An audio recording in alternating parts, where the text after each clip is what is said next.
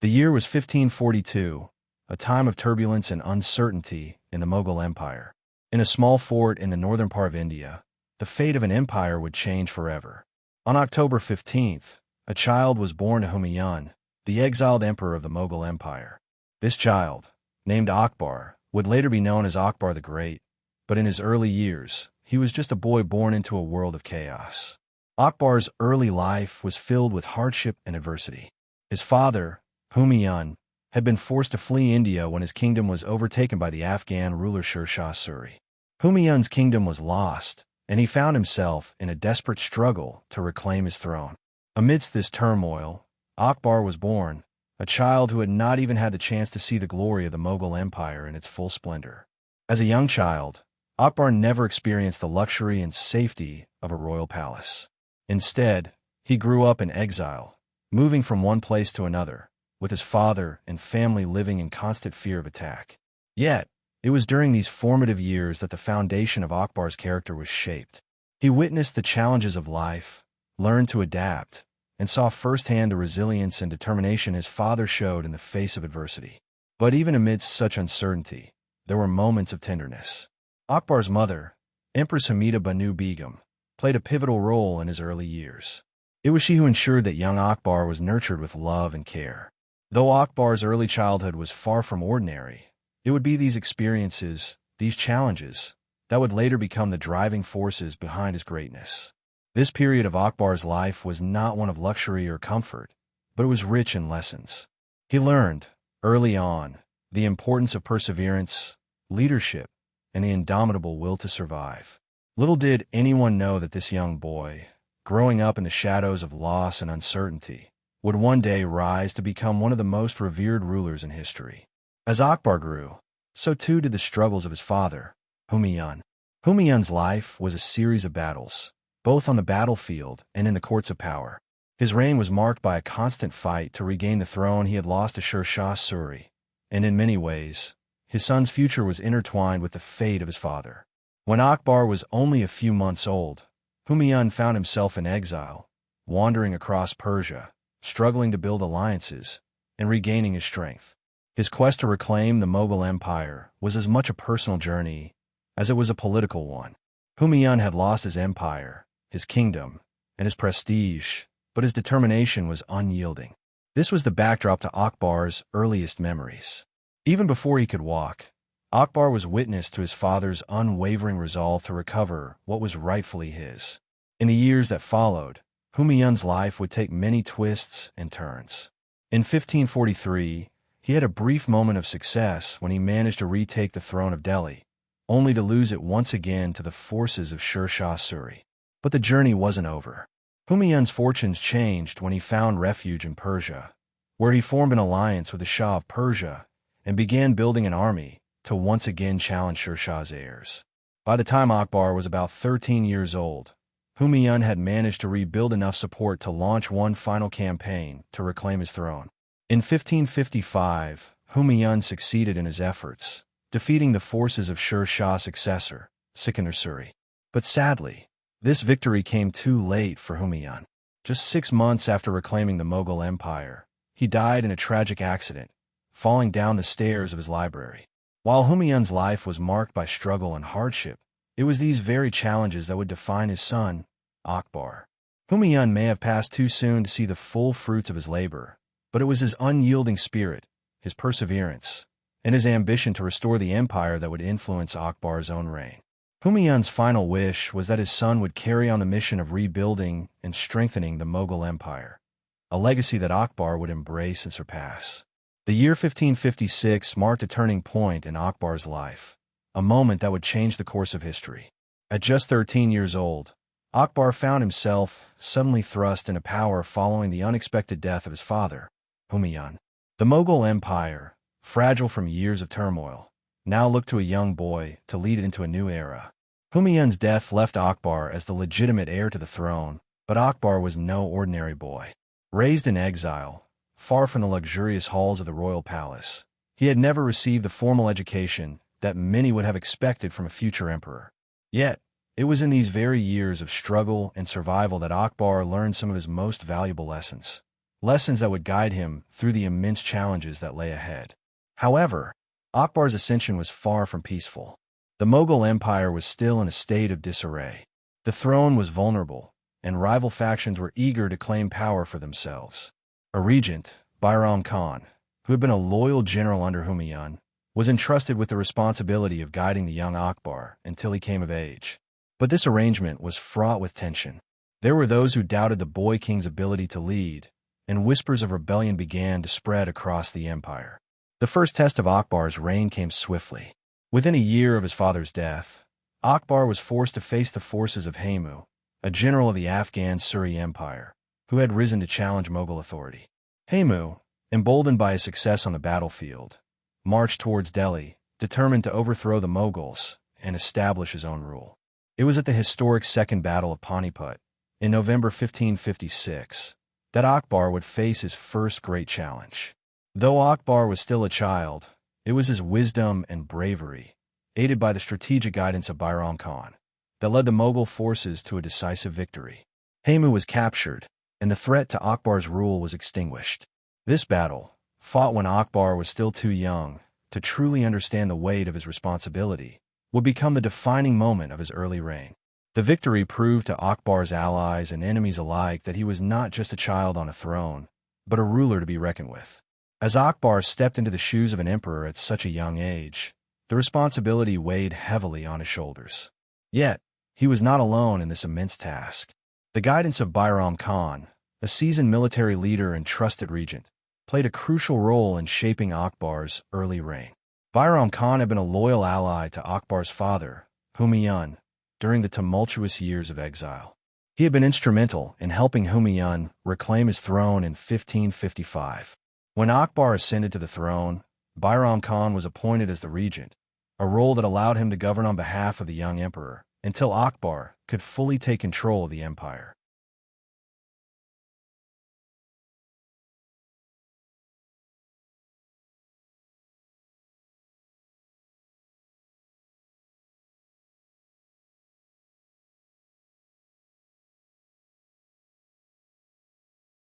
Bairam Khan was a man of immense experience. His military brilliance and his deep understanding of Mughal politics made him a pivotal figure in Akbar's early rule. Under his stewardship, Akbar was not just protected from internal and external threats, but also given the chance to grow and learn as a ruler. It was Bairam Khan's guidance that helped Akbar navigate the complexities of leadership during the precarious early years of his reign.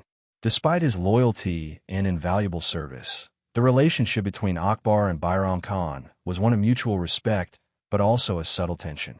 Bairam Khan had a strong personality and was deeply entrenched in the politics of the empire.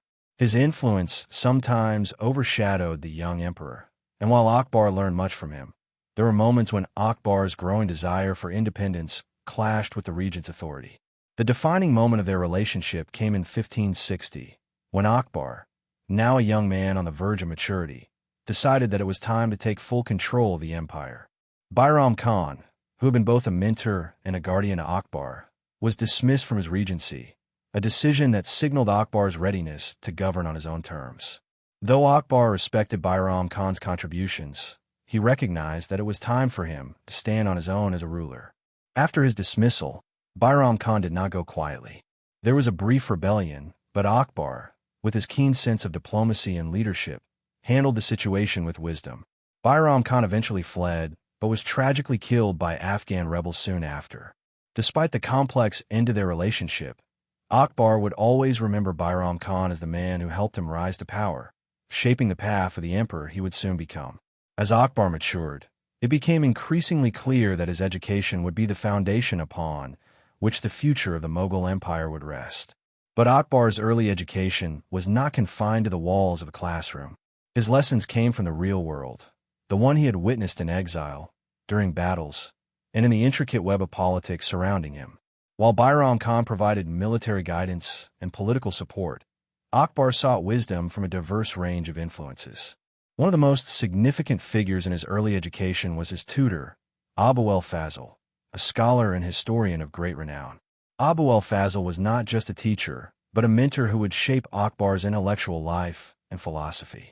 Under his guidance, Akbar studied subjects such as Persian, history, astronomy, and the arts, but most importantly, he learned the art of governance. Unlike many rulers who were primarily interested in expanding their empires through military might, Akbar was deeply interested in the administration and the lives of his subjects. He believed that a ruler's true strength came not just from the sword but from wisdom and understanding. Akbar's curiosity about different cultures, religions, and philosophies marked him as a ruler who sought knowledge from all corners of the world. His educational journey, guided by scholars, historians, and advisors, transformed him into a man of great intellect and strategic foresight. Akbar's early education also took place within the context of his growing relationships with people from various walks of life. He was particularly interested in religion, not just as a political tool, but as a way to understand the diverse people who lived in his vast empire. Akbar believed in the importance of understanding and embracing the different faiths that flourished under Mughal rule. His education extended to interacting with scholars from Hinduism, Islam, Christianity, and Jainism, learning their philosophies and respecting their practices. This broadened perspective would become a cornerstone of Akbar's later policies on religious tolerance and inclusivity. In the early years of his reign, Akbar's education taught him that leadership was not just about ruling with force, but with wisdom and fairness. His ability to listen, learn, and adapt would define his reign as one of the most prosperous and enlightened periods in Indian history. Through education, Akbar began to see the world not just as a ruler, but as a visionary who could change the course of history. By the time Akbar reached his 20s, the foundation for his future as a ruler was firmly established. The lessons of his early years, shaped by hardship, the guidance of Bairam Khan, and his intellectual pursuits, were now beginning to take shape in the form of a ruler with a unique vision for his empire. Akbar's reign, though marked by military conquests and political challenges, was founded upon the principle that a strong empire is not only built on war, but also on the ability to understand, adapt, and govern with justice. By now, Akbar had developed a keen sense of empathy for his people, recognizing that a ruler's power comes not just from his army, but from the hearts and minds of his subjects. Unlike many of his predecessors, Akbar was not content with mere domination. He sought a deeper connection with the people he ruled, believing that a ruler who understood the needs and desires of his subjects would always command loyalty.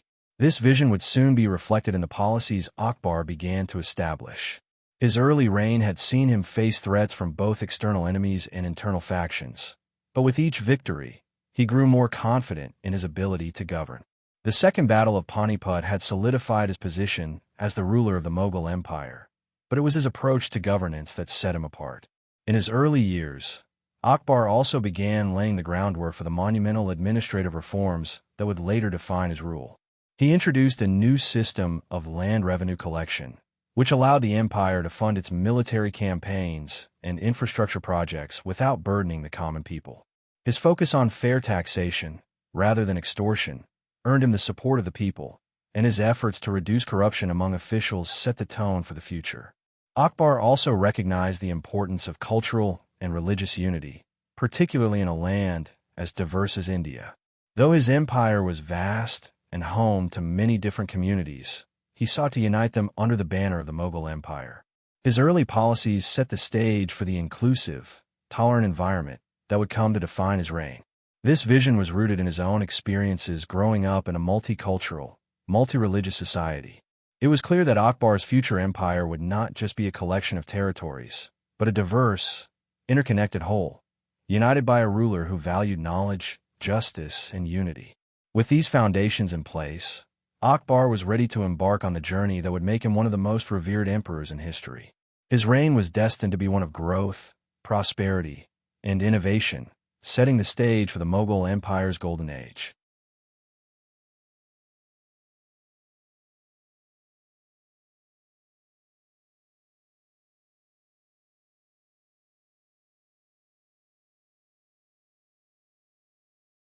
The year 1556 was pivotal in shaping the future of the Mughal Empire, and it was here that Akbar, still a young emperor at the age of 13, would face his first major test on the battlefield.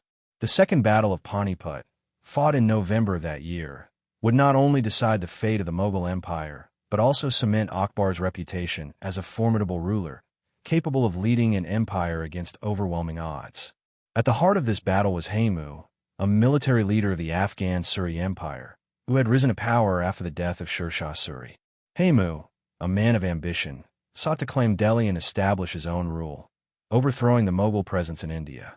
With the Mughal Empire still in its infancy, Akbar's reign was fragile, and Haymu saw this as the perfect opportunity to strike.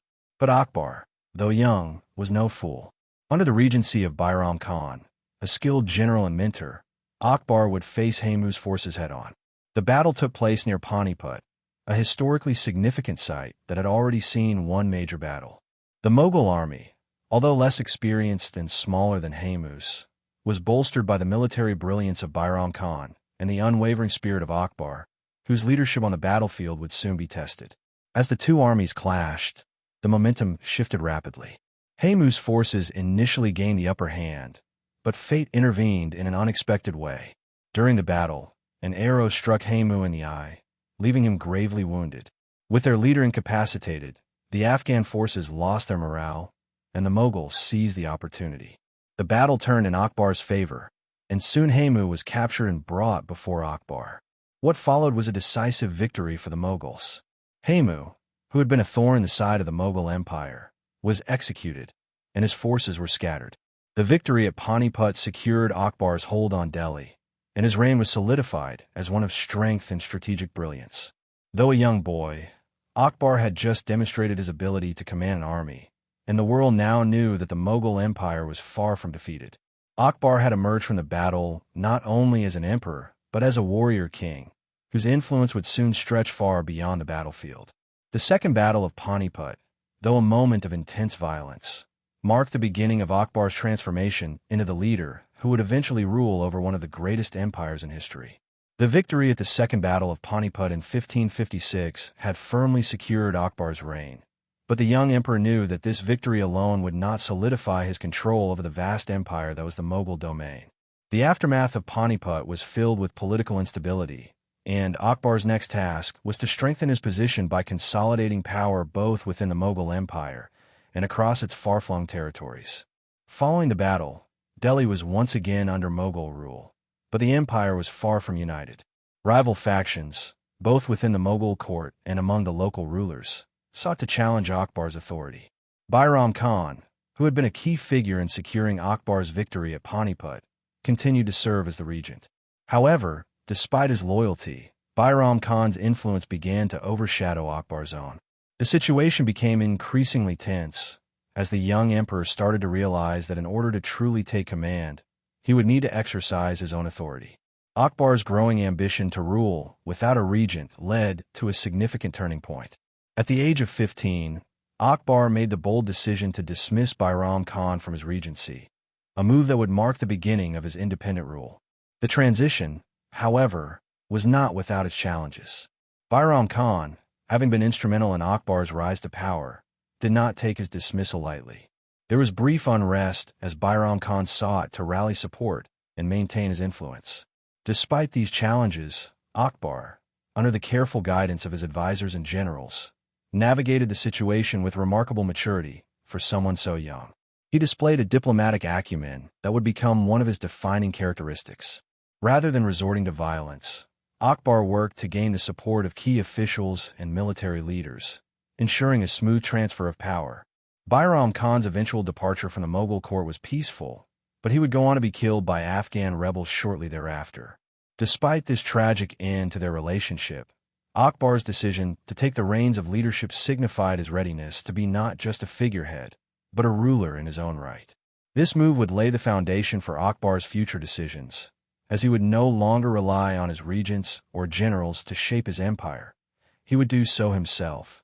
With Bairam Khan's departure, Akbar was now free to assert his authority across the empire, beginning the next phase of his journey as a warrior king and visionary ruler.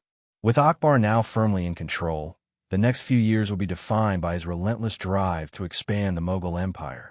His victory at Panipat and the consolidation of his power were only the beginning. Akbar understood that to ensure the stability and strength of his empire, he needed to extend his dominion across the vast and diverse lands of India. The early years of his reign saw Akbar rapidly shift from a boy emperor to a seasoned military strategist.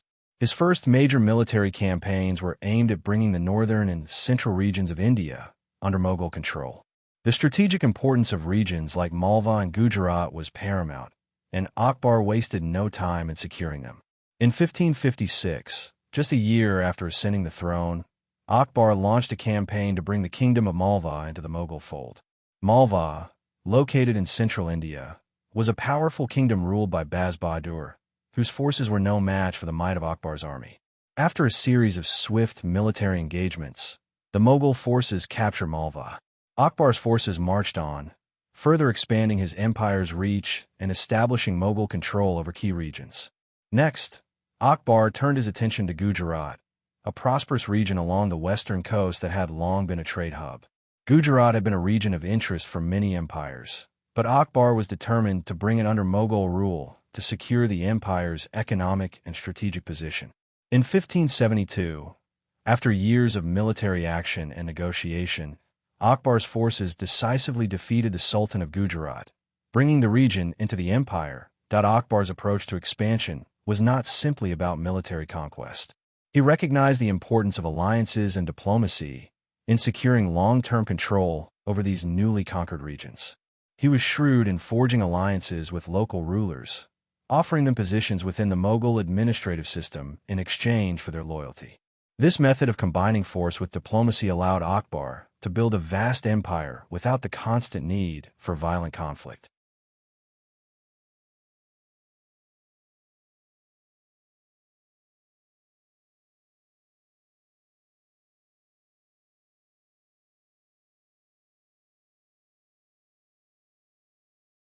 Through his military campaigns, Akbar's empire grew rapidly, but it was his unique approach to governance, blending military might with diplomacy, that ensured the stability of his empire. By 1560, just 4 years into his reign, Akbar had transformed the Mughal Empire into a dominant force in the Indian subcontinent, setting the stage for his reign to be remembered as one of the greatest in Indian history. As Akbar's empire expanded, it became clear that to maintain control over such vast and diverse territories, his military forces needed to be restructured and strengthened. While Akbar had already demonstrated his leadership and battlefield prowess at Panipat and through his early conquests, it was his military reforms that would lay the foundation for the long-term success of the Mughal Empire. One of Akbar's first priorities was to reorganize the army. Recognizing the need for a disciplined, efficient, and well-equipped military, he introduced significant reforms to both the structure and recruitment of his forces. The Mughal army, once primarily made up of horsemen and cavalry, was expanded to include infantry and artillery, which allowed the Mughal forces to be more versatile on the battlefield. Akbar's military was no longer limited to cavalry charges. It now included a formidable combination of infantry, archers, and artillery units, making it one of the most advanced forces in the world at the time. The artillery reforms were particularly important. Akbar recognized that gunpowder technology and the use of cannons could decisively impact battles, and he invested heavily in improving the quality and use of artillery in his military.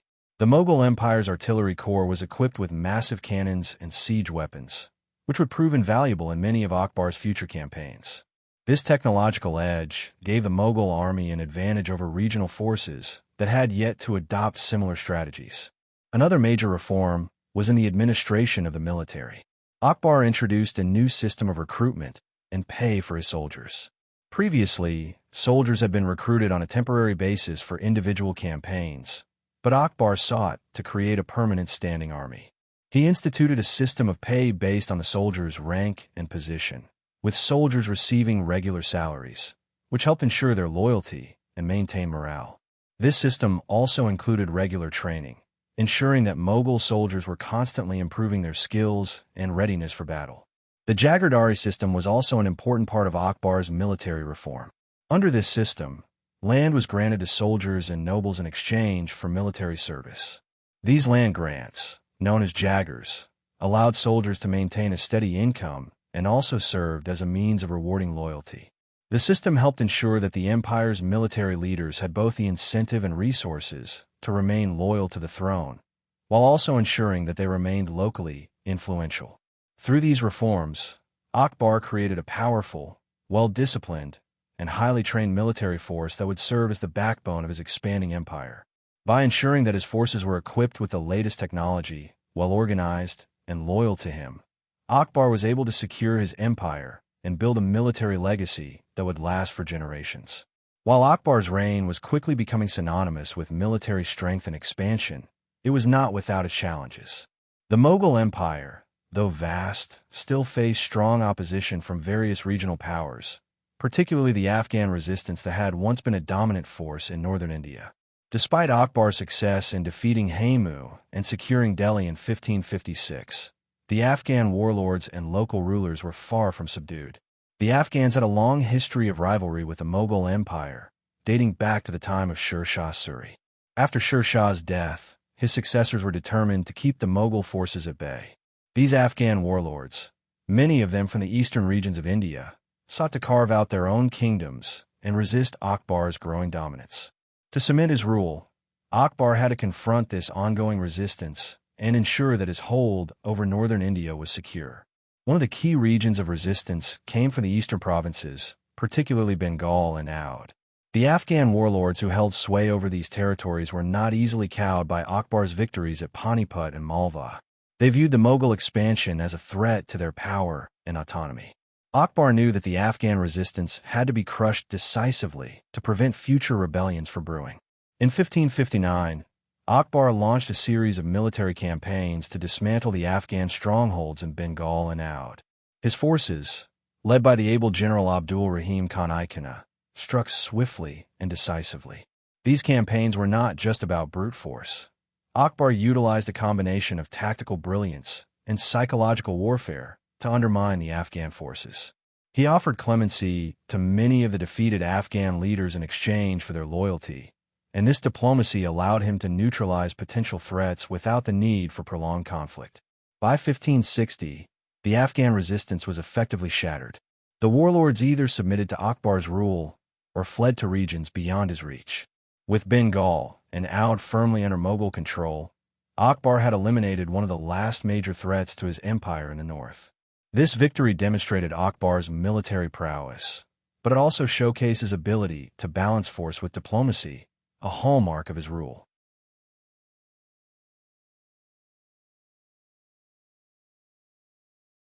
The defeat of the Afghan resistance marked a significant moment in Akbar's reign, solidifying his power over northern India.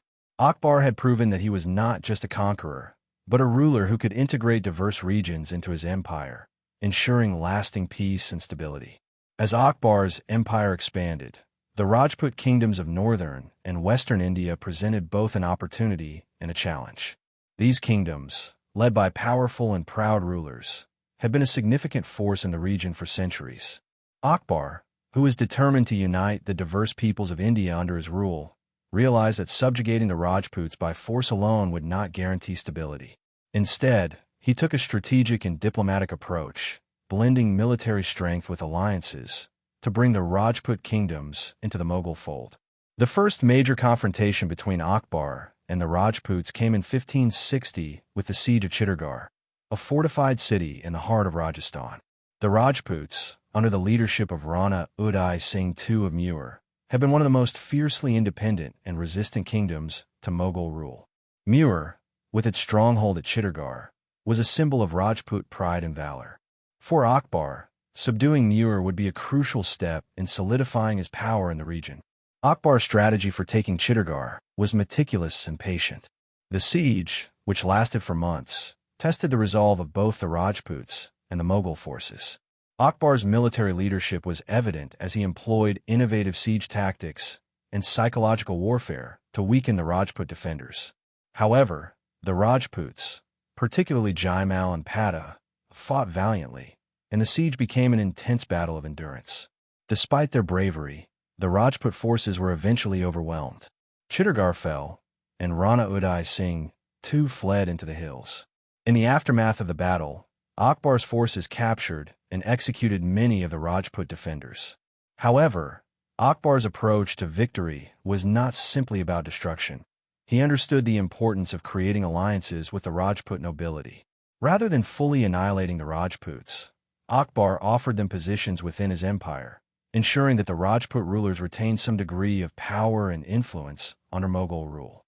This strategy of marriage alliances became another key element of Akbar's diplomacy with the Rajputs. Akbar married several Rajput princesses, including Mariam-uz-Zamani, the mother of his heir, Salim, Jahangir. These marriages helped foster goodwill and built strong relationships between the Rajput nobility and the Mughal court. Akbar's treatment of the Rajputs was not one of outright conquest, but rather of inclusion.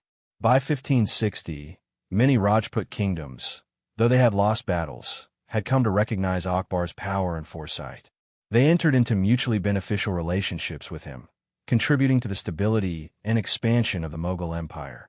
Akbar's handling of the Rajput kingdoms reflected his deep understanding of both military strategy and political diplomacy, ensuring that his empire could grow through alliances, not just by the sword.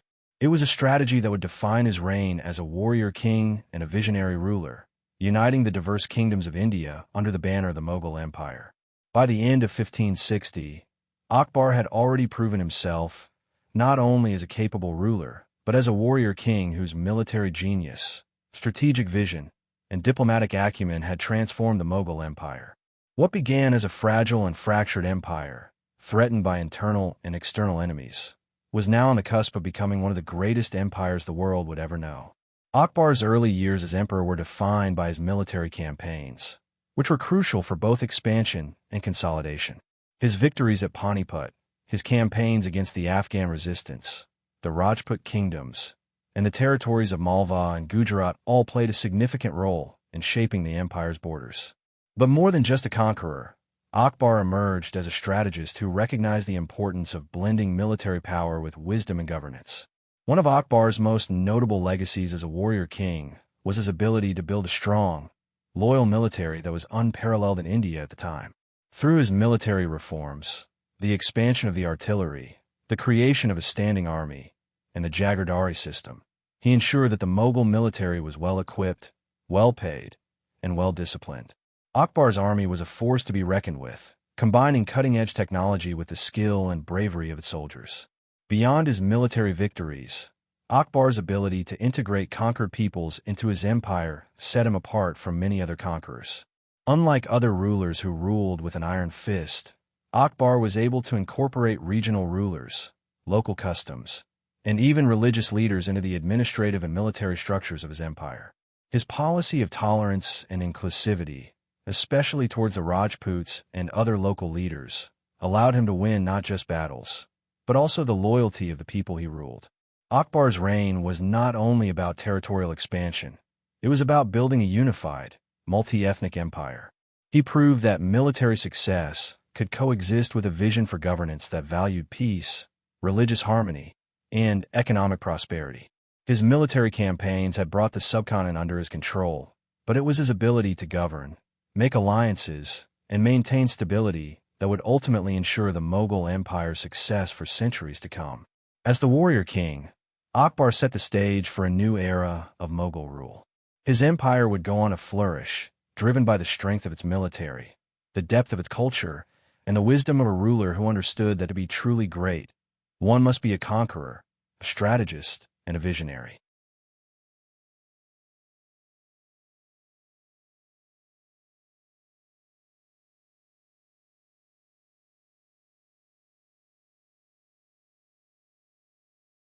By 1560, Akbar had secured his position as the Mughal emperor through his military conquests, but now the true challenge of leadership awaited. The battlefield, which had defined his early reign, was giving way to the intricacies of governance. No longer just a warrior king, Akbar now had to transform the empire into a unified, prosperous state, capable of maintaining its strength over the long term. The transition from a military ruler to a visionary leader wasn't immediate, nor was it simple. Akbar understood that the Mughal Empire was vast, diverse, and complex, made up of a multitude of cultures, religions, and regional traditions. To rule effectively, he needed to implement policies and systems that would integrate these diverse elements while ensuring the empire's stability. One of Akbar's first steps towards governance was to rework the administration of the empire.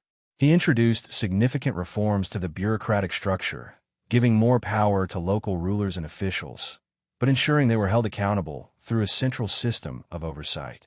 This decentralization allowed Akbar to maintain control over his vast empire while allowing local rulers the autonomy to govern their own territories. Akbar also realized that the empire could not thrive on military strength alone. Economic reforms became a cornerstone of his administration. He understood the importance of creating a stable economy that could fund military campaigns, support the growing population, and facilitate trade across the empire. He implemented a new land revenue system, the zabt system, which ensured that taxes were collected in a fair and efficient manner, taking into account the fertility of the land. This helped stabilize the empire's finances and encouraged agricultural productivity. But Akbar's genius was not just in his military and economic reforms. It was in his vision for a unified empire. He understood that ruling an empire of such diversity required more than just political and economic measures. To achieve long-term peace, he needed to integrate the various peoples, cultures, and religions within his empire. This vision would lay the foundation for Akbar's most significant and enduring contribution to Indian history, his policy of religious tolerance and inclusivity. The first step in this journey was the establishment of a court that welcomed not just Muslim scholars, but Hindu, Christian, and Jain intellectuals as well. This diverse circle of advisors would come to influence the policies and decisions that Akbar made in the years to come. He encouraged dialogue among different religious leaders and scholars, fostering an environment of mutual respect and learning. Akbar's early steps towards governance set the stage for the empire's golden age. He was no longer just a conqueror. He was becoming a ruler with a grand vision for the future, one that sought not just to expand his territory, but to bring about lasting stability, prosperity, and unity. As Akbar's reign progressed, one of his most significant achievements was his approach to religious tolerance. In a diverse empire like the Mughal Empire, where multiple religions and cultures coexisted, Akbar understood that religious harmony was essential for long-term peace and stability. Unlike many of his predecessors, Akbar rejected the idea of religious intolerance as a tool of governance. Instead, he sought to create a society where all faiths were respected and given space to thrive. Akbar's own experiences had shaped his views on religion. Growing up in an environment where he was exposed to various cultures and belief systems, he recognized the richness of diversity. While Islam remained the dominant religion of the Mughal court, Akbar's encounters with different religious traditions, including Hinduism, Christianity, and Jainism, deepened his belief that religious understanding and acceptance were crucial to the success of his empire. One of the most pivotal moments in Akbar's reign came when he decided to engage with religious leaders from all faiths. In 1575, he established the Ibadat Khana, house of worship, at Fatehpur Sikri, inviting scholars and theologians from various religious traditions to come together and discuss matters of faith and governance. This was a groundbreaking initiative, a space where Hindus, Muslims, Christians, and others could freely debate and share their beliefs, fostering an atmosphere of mutual respect and intellectual exchange. Akbar's goal was not to simply tolerate other religions, but to understand and appreciate their wisdom. He believed that every religion contained valuable lessons for governance, and that learning from each could contribute to his vision of a just and harmonious empire.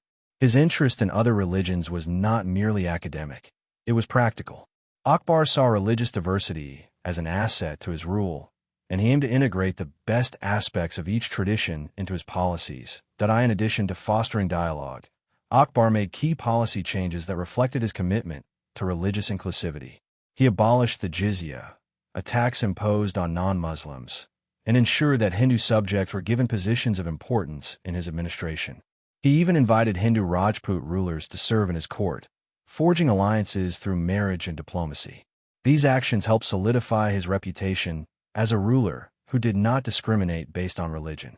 Akbar's approach was a radical departure from a norm of his time, where religious orthodoxy often led to conflicts and division. His policy of religious tolerance wasn't just about preventing religious wars. It was about creating a unified empire where diversity was celebrated and all people were treated with dignity and respect. As Akbar's commitment to religious tolerance deepened, he went beyond just fostering interfaith dialogue. He sought to create a new religious framework that would unify the diverse peoples of his empire. This vision led to the creation of Din-i-Ilahi, or the religion of God, in 1582, a syncretic religion that blended elements from Hinduism, Islam, Christianity, Jainism, and other traditions. While the formation of this new faith is often seen as a radical departure from traditional religious practices, it was rooted in Akbar's desire to find a common ground among his diverse subjects. The idea of Din-i-Ilahi was not to replace the major religions of India, but to offer a spiritual path that could transcend sectarian boundaries. Akbar envisioned a religion that emphasized ethical values such as truth, tolerance, peace, and compassion, values that he believed were universal and could bring the various communities of his empire together. He sought a faith that could accommodate the diverse cultures and beliefs of the Mughal subjects, fostering a sense of unity without forcing any one group to abandon its traditions.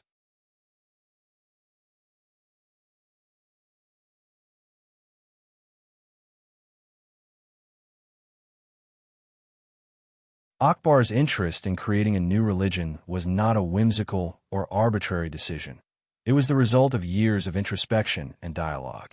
Throughout his reign, he had invited scholars, philosophers, and religious leaders from all walks of life to engage in discussions, and he had witnessed firsthand the potential for understanding among different faiths.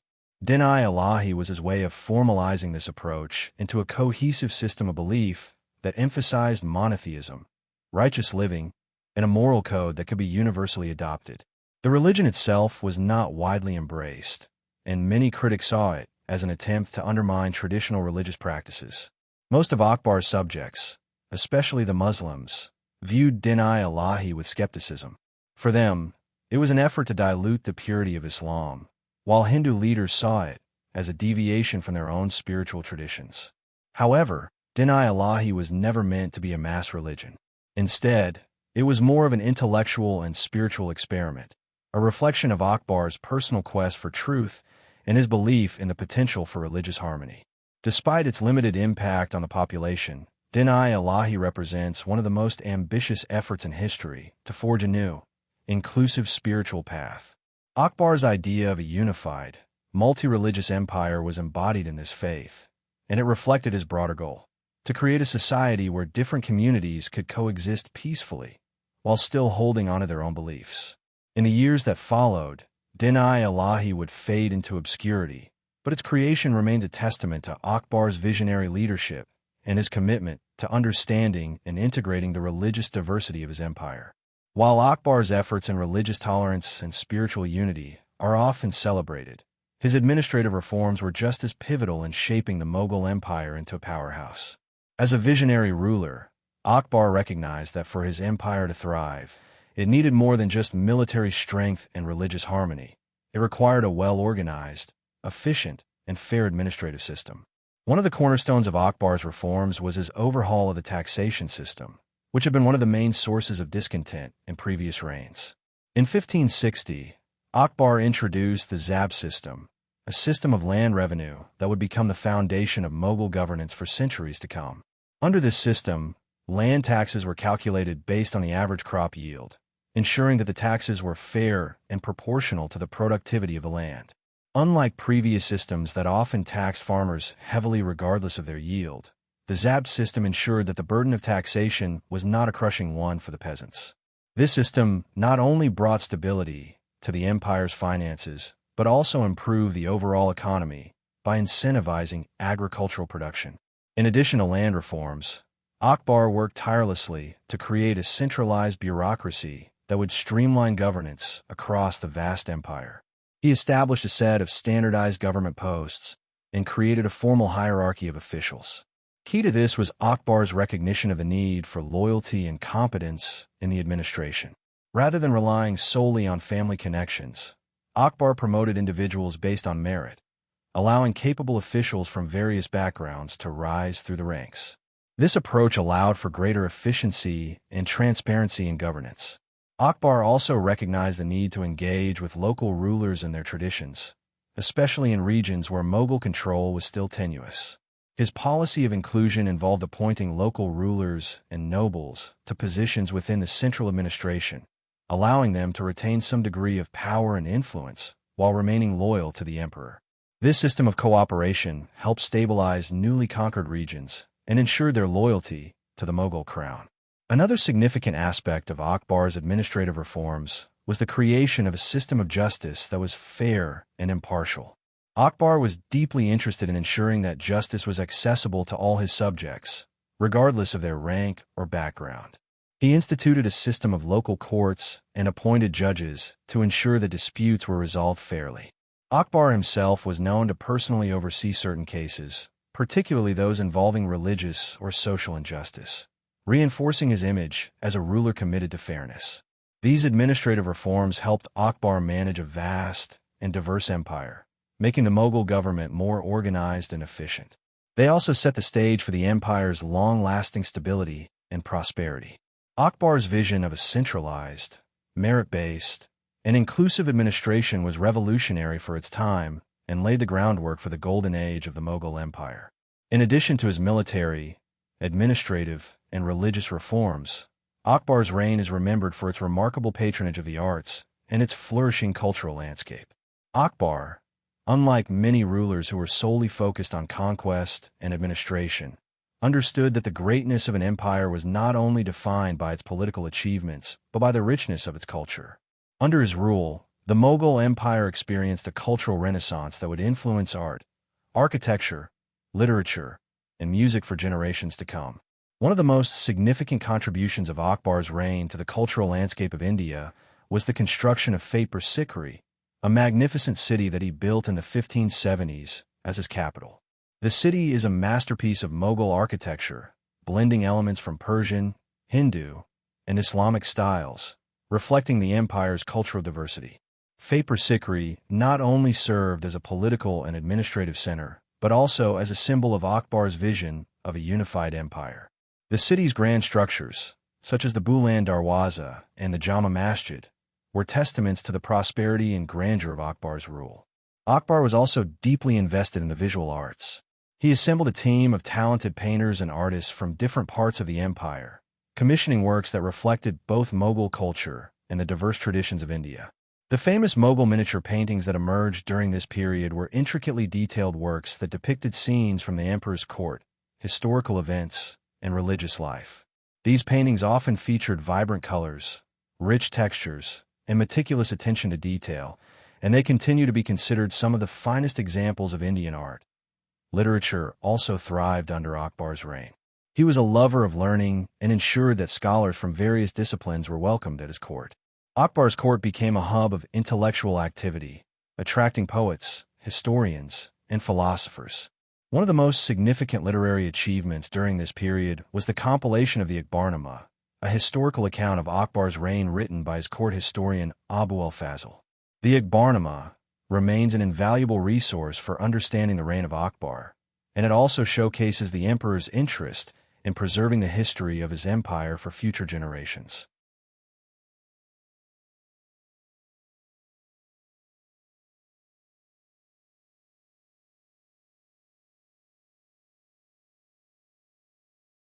The emperor also had a profound impact on music. Akbar's court was home to many renowned musicians and composers, and he personally took an interest in the development of both classical Indian and Persian music. The emperor himself is said to have been a lover of music, often participating in musical performances and promoting the creation of new compositions that blended the musical traditions of various cultures. Akbar's patronage of the arts helped create a vibrant cultural environment in the Mughal Empire, one that celebrated diversity and creativity. His reign became known not only for military success and political reform, but for the flourishing of a rich cultural legacy that would continue to inspire generations long after his death. As Akbar's reign progressed, he understood that governance wasn't solely about military might or cultural flourishing. It was equally about ensuring that his subjects were treated fairly and justly. Akbar's vision for his empire included a system of governance that prioritized justice, fairness, and the well-being of the people. He introduced several reforms that not only reshaped the administrative structures of the Mughal Empire, but also ensured that his rule was seen as just and benevolent. One of the most significant reforms in governance during Akbar's reign was the system of judicial reform. Akbar believed that justice should be accessible to all, irrespective of social class or religion. His interest in law was not limited to enforcing policies. It was about ensuring that those policies were fair and just. Akbar established a centralized legal system that was designed to be impartial and transparent. He appointed experienced judges and qazis, Islamic legal scholars, to administer justice across the empire. But his approach to justice was not just about religious law. Akbar wanted to create a legal framework that was inclusive of all religious traditions and took into account the diverse customs of the various regions of his empire. This was a crucial step in ensuring that people from different backgrounds felt represented in the legal process. Akbar's system was a reflection of his larger vision, that a united, multi-religious empire needed to recognize the cultural and legal traditions of all its subjects. Another important aspect of Akbar's reforms was the abolition of cruel punishments and practices. He banned practices like infanticide, sati, the ritual of widows self-immolating on their husbands' funeral pyres, and the illegal execution of prisoners. Akbar's decision to outlaw these practices was groundbreaking for the time, and it demonstrated his commitment to justice, humanity, and the protection of his subjects. He also created an efficient system of governance by streamlining the bureaucracy. The Mughal Empire, under Akbar, was divided into provinces, each governed by a subadar governor, who was responsible for both the administration and the military defense of their region. Akbar's empire became increasingly centralized as he instituted reforms that kept the provincial governors under the scrutiny of his court, ensuring that they were loyal to the emperor and that they upheld his laws. Akbar's administration functioned efficiently because it operated on principles of accountability and transparency. Perhaps one of the most innovative aspects of Akbar's reforms was his belief that a ruler must lead by example. He sought to personally understand the grievances and concerns of his people. He was known to hold public court sessions, where common subjects could come before him to voice their concerns directly. This unique aspect of his governance helped him maintain a connection with the people, ensuring that his policies were rooted in the realities of his empire. Through these reforms in justice and governance, Akbar created an empire that was perceived as fair, just, and benevolent. His legal system and administrative structure were designed to foster trust between the ruler and the ruled, ensuring the Mughal Empire's long-lasting prosperity. By the end of the 1560s, Akbar had firmly established himself as one of the most visionary rulers in Indian history. His reign had transformed the Mughal Empire from a fragile, war-torn state into a strong, unified, and prosperous empire. But it wasn't just his military conquest that defined his legacy. It was his ability to see beyond the battlefield and lay the foundation for an empire built on justice, religious harmony, cultural flourishing, and effective governance. Akbar's most enduring legacy as a visionary ruler lies in his unique approach to empire building. While many rulers were content to expand their territories through military force, Akbar understood that an empire's true strength lay in its ability to integrate and govern its diverse peoples. By the time he reached the end of the 1560s, Akbar had developed an empire that was not just defined by its military might, but by the cohesion and stability that came from his policies of inclusion and tolerance. One of Akbar's greatest achievements was his ability to blend military and cultural power, which resulted in an empire that celebrated not only conquest but the arts, intellectualism, and cultural exchange. He was a ruler who understood the importance of culture in uniting his subjects. The creation of Fatehpur Sikri as his capital, the flourishing of Mughal art and literature, and the intellectual discussions held in his Ibadat Khana all demonstrated Akbar's vision of a society where diversity was not just tolerated but celebrated. He believed that the integration of various cultures and faiths would create a stronger, more vibrant empire. Akbar's policies on religious tolerance became a model for future rulers, both in India and beyond. His willingness to engage with leaders from different religious backgrounds, including Muslim, Hindu, Christian, and Jain scholars, set him apart from many of his contemporaries. He didn't just rule over a multi-religious empire. He actively sought to understand and learn from the different belief systems within his realm. His creation of Din-i-Ilahi, though short-lived, reflected his desire to move beyond sectarian conflict and create a religious framework based on shared values of humanity and virtue. On the administrative front, Akbar's reforms laid the groundwork for the Mughal Empire's success for centuries to come. His Zabt system for land revenue, centralized bureaucracy, and judicial reforms ensured that his empire was not only stable but prosperous. By fostering a sense of loyalty among his subjects and creating systems of accountability, Akbar's administration became a model of governance that would influence subsequent Mughal rulers and other empires. In the end, Akbar's reign was more than just a period of military expansion or cultural achievement. It was a time of visionary leadership. He was a ruler who saw the potential of his empire and sought to create a society where different cultures, religions, and traditions could thrive together. His legacy, rooted in his vision for unity, continues to inspire historians, leaders, and thinkers to this day.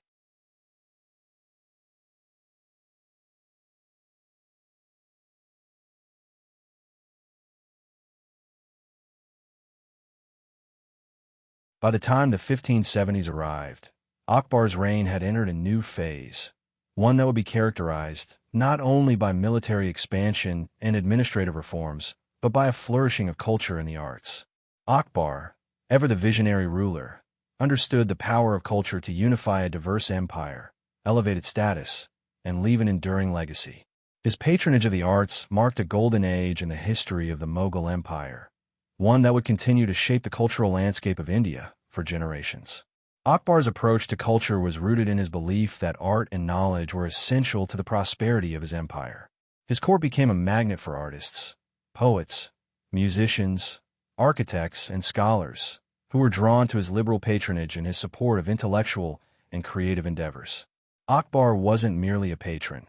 He was an active participant in the cultural life of his empire, commissioning works and fostering an environment where creative expression was highly valued. One of Akbar's most lasting contributions to the world of art was the development of the Mughal miniature painting tradition. Under his rule, Mughal artists began to blend Persian artistic styles with indigenous Indian traditions, creating a distinctive form of art that was both intricate and colorful. These miniature paintings, often depicting scenes of court life, battles, and nature, became one of the defining features of Mughal art. Akbar's royal atelier, or art studio, was home to some of the most renowned painters of the time, such as Abu al-Hasan and Daswant, who helped to refine this art form.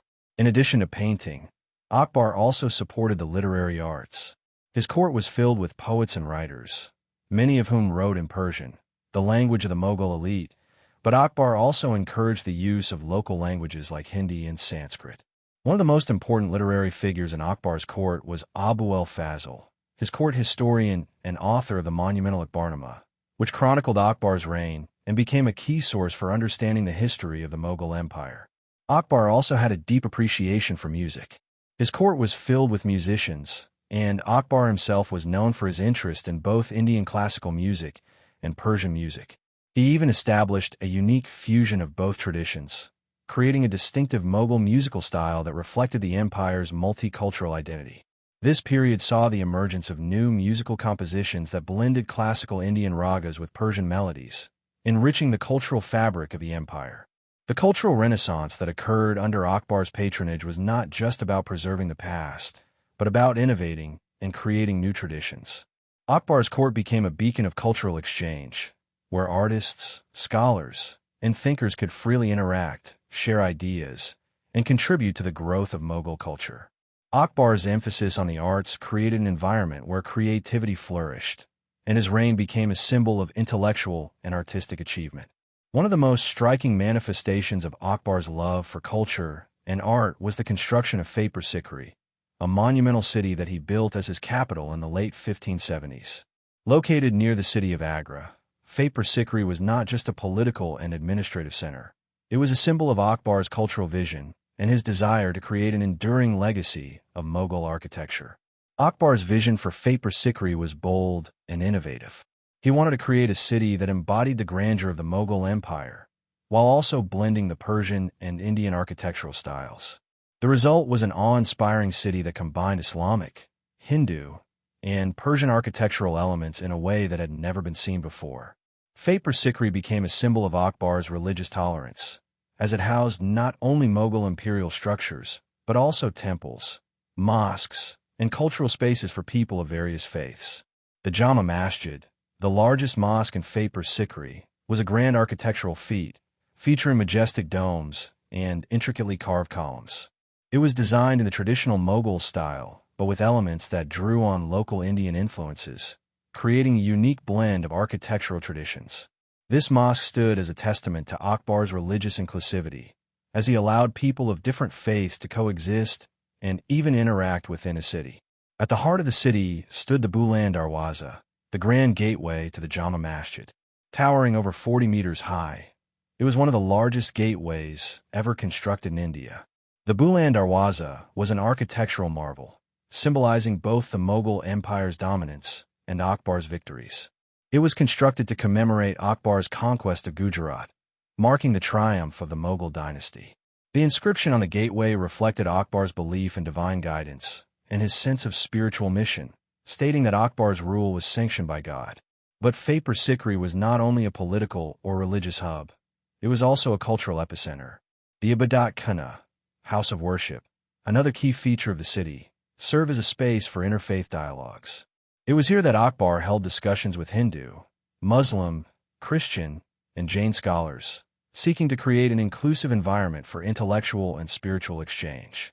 These gatherings were a direct reflection of Akbar's commitment to religious tolerance and his desire to integrate diverse cultural influences into his empire. The construction of Fatehpur Sikri represented Akbar's desire to create a capital city that reflected his values, unity, tolerance, and the glory of the Mughal Empire. Though the city would eventually be abandoned in the 16th century due to water shortages, its architectural legacy has endured as a testament to Akbar's vision of a unified, multicultural empire. Akbar's patronage extended beyond architecture and visual arts. It also embraced literature and historical documentation, which would play a crucial role in preserving his legacy for future generations. Akbar understood that the written word had the power to shape the memory of an empire, and he encouraged the growth of literary traditions in his court. One of Akbar's most significant contributions to literature was his support of the creation of the Akbarnama, the official history of his reign. Written by Abu el-Fazl, one of Akbar's most trusted courtiers and intellectuals, the Akbarnama remains one of the most important historical records of the Mughal Empire. This monumental work chronicled the events of Akbar's reign, his military campaigns, his governance, and his policies. It provided an invaluable record of the emperor's life and his empire, offering insight into Akbar's personal philosophy and his vision for India. The Akbarnama is not merely a political history. It also delves into Akbar's character, his religious ideas, and his approach to governance, making it a comprehensive document that captures the essence of his rule.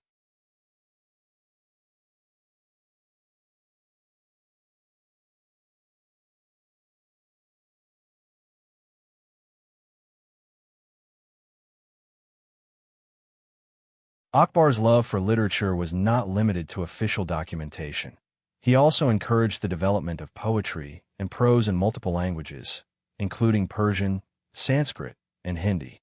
The Mughal court became a hub for poets, writers, and scholars from various traditions, where intellectual exchange was not only encouraged but actively fostered. Akbar himself was a patron of Persian poetry, which was the language of the Mughal elite, and many of the most notable poets of the time were given generous patronage to produce works for the emperor. In addition to Persian literature, Akbar took an active interest in the translation of Sanskrit texts into Persian. Recognizing the importance of Indian knowledge and tradition, Akbar commissioned the translation of classical Indian texts such as the Mahabharata and the Ramayana, which had a significant cultural impact on the empire.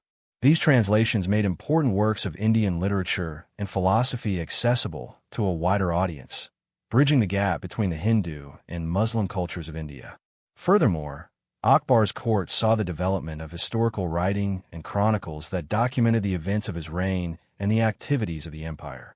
Akbar encouraged the writing of not just imperial history, but also the histories of local rulers and regions within the empire.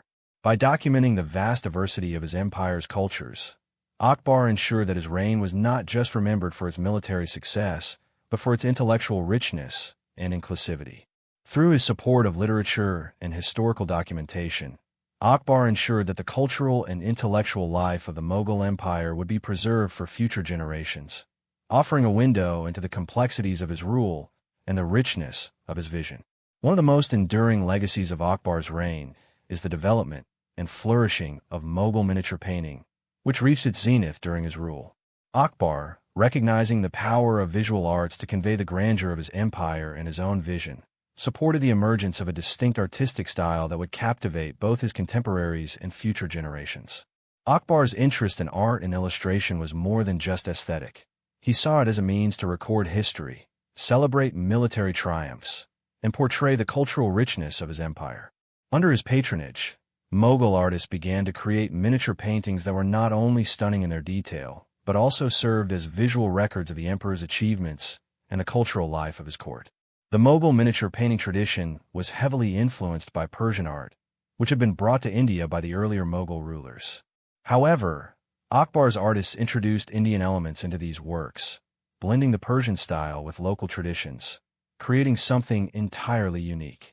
Persian techniques were married to the use of bright Indian colors, and artists began to incorporate more detailed landscapes, rich textures, and expressive figures, which became trademarks of the Mughal style. Akbar established a royal atelier, or an imperial workshop, which housed some of the best artists of the time. Artists like Abu al-Hasan, Daswant, and Madhava contributed to the development of the Mughal miniature. The workshop became a melting pot of artistic talent, where painters collaborated with calligraphers, illuminators, and even poets, producing works that would influence Indian art for centuries. Many of the miniature paintings created during Akbar's reign depicted scenes of court life, battles, and royal events, immortalizing key moments of the emperor's reign. These paintings were often used in illustrated manuscripts, and Akbar commissioned a series of such works to document his campaigns, his court's activities, and his cultural endeavors. For example, the Akbarnama, a historical text written by Abu al-Fazl, was accompanied by beautiful miniatures that depicted important events of Akbar's reign, such as battles, festivals, and royal ceremonies. These paintings were not just decorative. They were also narrative tools that conveyed the grandeur of Akbar's empire. By documenting his military victories, court intrigues, and cultural pursuits through visual art, Akbar created a lasting cultural heritage that told the story of his reign. The artists who worked under Akbar were tasked with bringing to life not only the emperor's personal history, but also the splendor of the empire he had built. The rise of Mughal miniature painting under Akbar was not just a reflection of the empire's artistic achievement. It was a means of immortalizing the emperor's reign and the diverse cultures of India. These works continue to be admired today for their beauty, complexity, and historical significance, cementing Akbar's legacy as a true patron of the arts. Akbar's impact on the cultural and artistic landscape of his empire extended far beyond painting and literature. His patronage of architecture left an indelible mark on the Mughal Empire. Akbar's architectural achievements reflected his vision of a grand, united empire that celebrated both Indian traditions and Persian influences, while also incorporating new and innovative design elements that would come to define the Mughal architectural style. One of Akbar's most ambitious architectural projects was the construction of Fatehpur Sikri, the city he built as his capital in the 1570s. The city became a symbol of Akbar's reign, combining Persian and Indian architectural styles in a harmonious fusion. It was a place where Islamic designs merged with Hindu motifs, and where traditional Mughal elements, such as large domes and grand arches, were combined with local Indian architectural features, such as intricate jharokas, overhanging balconies, and chhatris, elevated, dome-shaped pavilions.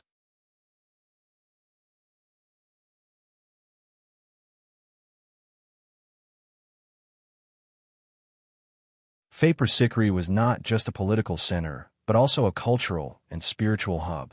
It housed the Jama Masjid, a large mosque that stood as a symbol of Akbar's commitment to Islam and religious inclusivity. The Buland Darwaza, a grand gateway to the mosque, remains one of the most iconic examples of Mughal architecture. It was built to commemorate Akbar's conquest of Gujarat, and its towering height and intricate carvings made it one of the largest and most impressive gates in India. Akbar's architectural influence wasn't limited to Fatehpur Sikri.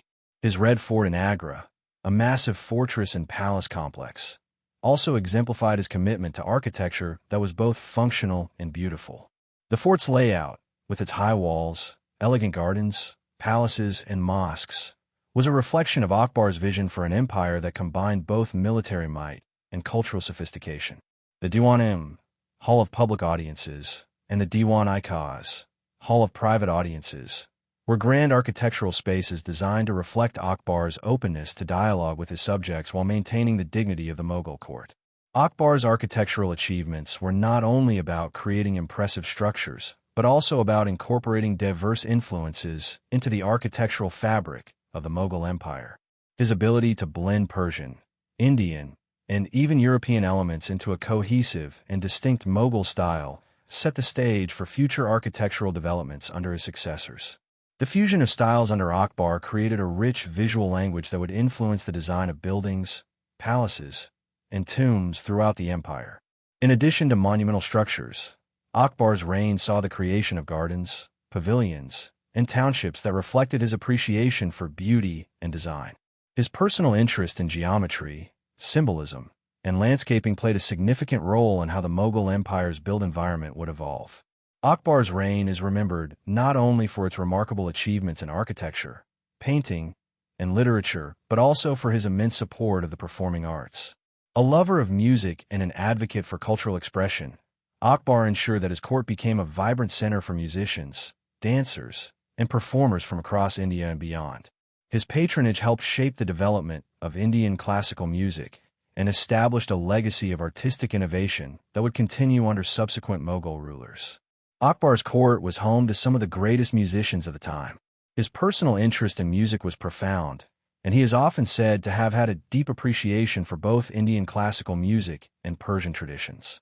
Akbar's ability to merge different musical forms reflected his broader vision of integrating the diverse cultures within his empire. He brought together Hindustani and Persian music, creating a unique fusion that became the hallmark of Mughal court music. This blend of styles influenced both the evolution of classical music in India and the broader musical traditions in the region. One of the key figures at Akbar's court was the legendary musician Tansen, whose talent and mastery of Indian classical music earned him a special place in Akbar's inner circle. Tansen is often credited with revolutionizing Indian music, composing new ragas, and contributing to the development of the Dhrupad, a genre of Indian classical music. He is said to have been capable of singing in ways that made the elements of nature, including rain and fire, respond to his music. Akbar's recognition of Tansen's talents, along with his patronage of many other musicians, allowed Indian classical music to flourish during his reign. Beyond music, Akbar also supported the dance and theater traditions of India. Classical Indian dance forms were promoted at his court, and Akbar's palace served as a stage for performances that combined poetry, dance, and music. These performances were often grand, depicting stories from both Hindu and Persian traditions, and they played an important role in the cultural life of the Mughal court. In addition to the Indian forms of music and dance, Akbar welcomed Persian musicians, singers, and dancers to his court, further enriching the empire's cultural fabric. This cross-cultural exchange helped shape a unique Mughal style of music and performance that incorporated Persian melodies, Hindustani rhythms, and Indian storytelling traditions. Akbar's love for the performing arts was not just about entertainment. It was part of his broader vision to bring people together through cultural expressions. By supporting artists from diverse backgrounds, Akbar fostered a sense of unity and mutual respect within his empire. His court became a beacon for cultural exchange, where people of different traditions and faiths could share their artistic expressions and contribute to the Mughal Empire's cultural wealth. Through his patronage, Akbar created an environment where the performing arts could thrive, leaving a legacy that continued to influence the Mughal court and Indian culture for generations to come. By the close of the 1580s, Akbar's patronage of the arts had firmly established him as one of history's most influential rulers when it came to cultural development. His reign wasn't just marked by military victories or political reforms, but by a remarkable flourishing of art, architecture, and intellectual exchange that would shape the Mughal Empire and Indian culture for centuries. Akbar's legacy as a patron of arts and culture would leave an enduring impact, influencing not only his successors but also generations of artists, architects, and intellectuals. One of Akbar's greatest achievements was his ability to blend the various artistic traditions and cultural influences that coexisted within his vast empire. His court became a melting pot for Indian, Persian, and Central Asian traditions, and he understood that by supporting these diverse artistic forms, he could create something entirely new and distinct, a unified Mughal cultural identity.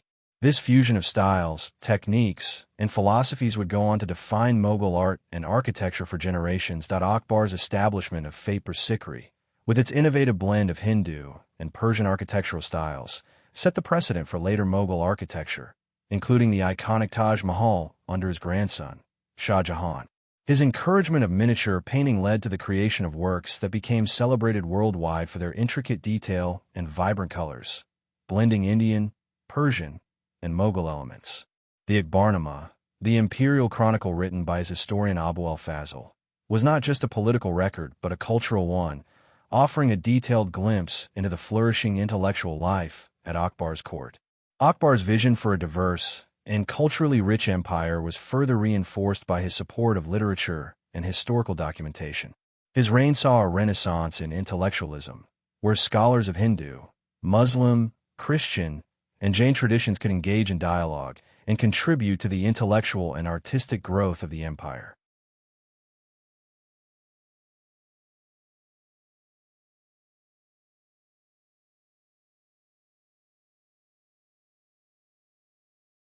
His own efforts in language development, such as the commissioning of translations from Sanskrit and Persian, and his encouragement of the use of both Hindi and Persian, promoted a cross-cultural understanding that laid the groundwork for future literary and philosophical traditions in India. Moreover, Akbar's commitment to the performing arts, including music, dance, and theater, created an atmosphere in his court that celebrated both Indian classical arts and Persian-inspired performances. His court musicians, such as the renowned Tansun, blended various musical traditions, influencing the development of a unique Mughal musical heritage that continued to be refined and appreciated in later years. Akbar's cultural achievements were not merely about beautifying the empire or creating grand works of art. They were about fostering a culture of inclusivity, where diverse traditions could coexist and contribute to the flourishing of the Mughal Empire. His patronage of the arts was a manifestation of his broader vision for a unified, prosperous empire where all people, regardless of their religious or cultural backgrounds, could live together in harmony. Even after his death in 1605, Akbar's cultural legacy endured, continuing to shape the Mughal Empire under his successors and influencing Indian art, architecture, and thought for centuries to come. His reign is remembered as a time when art, culture, and intellectualism flourished alongside political stability, leaving an indelible mark on Indian and world history. By the 1580s, Akbar had firmly established himself as one of the most influential rulers in the Mughal Empire. While his earlier reign had been marked by military conquest, political reform, and cultural patronage, his later years would see him increasingly engage with questions of religion and spirituality. Akbar's interest in religion during this period was not merely academic. It reflected his deep desire to create a harmonious empire where religious tolerance and understanding could serve as the foundation for unity and peace. Akbar's interest in religion had always been present, but by the 1580s, it became a central aspect of his rule. Unlike many rulers of the time, Akbar did not see religion as a tool of power to be wielded for control over his subjects. Instead, he sought to understand and embrace the spiritual beliefs of the diverse peoples who lived within the vast boundaries of his empire. Akbar's empire, stretching from the northern plains of India to the Deccan Plateau in the south, was home to a wide variety of religious groups, including Muslims, Hindus, Jains, and Christians. Recognizing the challenges of ruling such a diverse population, Akbar sought a way to bridge the religious divides that often led to conflict. One of the defining moments of Akbar's religious journey came in the late 1570s and early 1580s, when he began to question the traditional religious divisions between Hindus and Muslims. Despite being born into the Muslim faith, Akbar was keenly aware that his empire's success would depend on the integration of different religious communities. He understood that merely imposing Islamic law on his Hindu subjects would only create resentment and division. Instead, Akbar believed that true power came from spiritual wisdom and the ability to incorporate diverse religious traditions into a cohesive vision for governance. Akbar's growing interest in religious matters was also influenced by his court's intellectual climate. He surrounded himself with scholars and theologians from a variety of faiths, including Muslim scholars, Hindu pundits, Jain monks, and Christian missionaries. The emperor engaged in deep philosophical discussions with these religious figures, seeking to understand their beliefs and spiritual practices. It was during these years that Akbar's Ibadat Khana, house of worship, became a center for religious dialogue, where scholars from different traditions were invited to debate and discuss theological matters in a free and open environment. Akbar's growing spiritual curiosity and his efforts to foster dialogue among religious communities set the stage for one of the most significant aspects of his later reign, his quest to create a new unifying faith that would transcend sectarian divisions. This period marked a turning point in Akbar's thinking, as he began to look beyond traditional religious boundaries and began to develop his own ideas about spirituality, governance, and the nature of religious truth.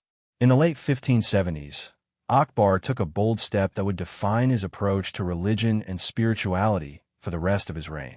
He established the Ibadat Khana, house of worship, at Fatpur Sikri in 1575, which became a cornerstone of his efforts to create an inclusive and harmonious religious environment within his empire.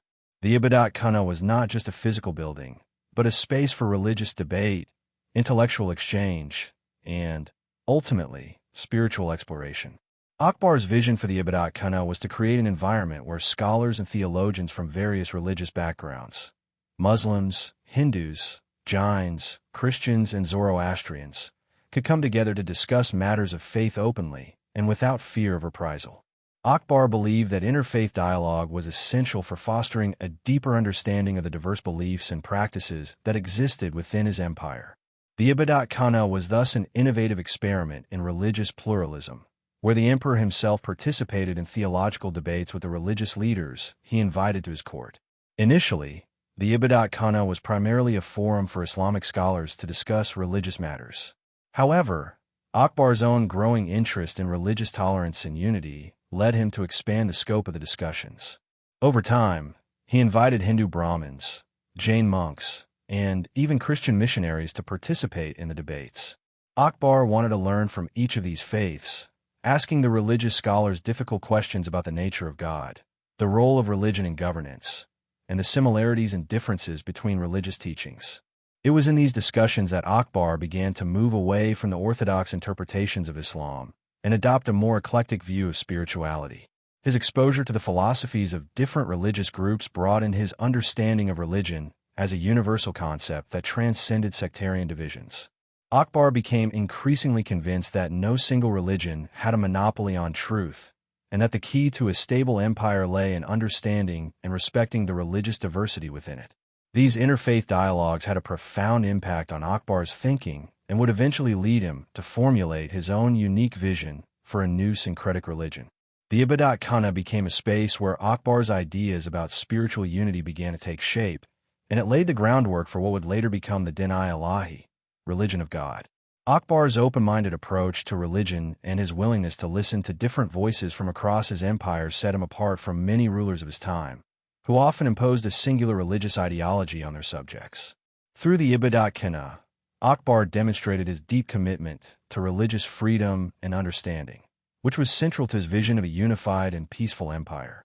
By the late 1580s, after years of interfaith dialogue and spiritual exploration, Akbar was ready to take a significant step toward realizing his vision for a unified, harmonious empire. He sought to create a new religion, one that would transcend the divisions between the major faiths in his empire: Islam, Hinduism, Christianity, Jainism, and others. This new faith, which he called Din-i-Ilahi, religion of God, was an expression of Akbar's belief in the unity of all religions and his desire to foster social harmony and spiritual peace within his diverse empire. The creation of Din-i-Ilahi was not meant to replace the established religions of his subjects, but rather to integrate the moral and ethical teachings of different religious traditions into a single spiritual framework. Akbar believed that all religions contained universal truths that could contribute to the betterment of society. His goal was to craft a religion that embraced these common elements, while also encouraging tolerance and respect for differences. Din-i-Ilahi, often seen as a syncretic religion, combined aspects of Islamic monotheism, Hinduism's devotion to righteousness, and elements of Sufism and Jainism, among others.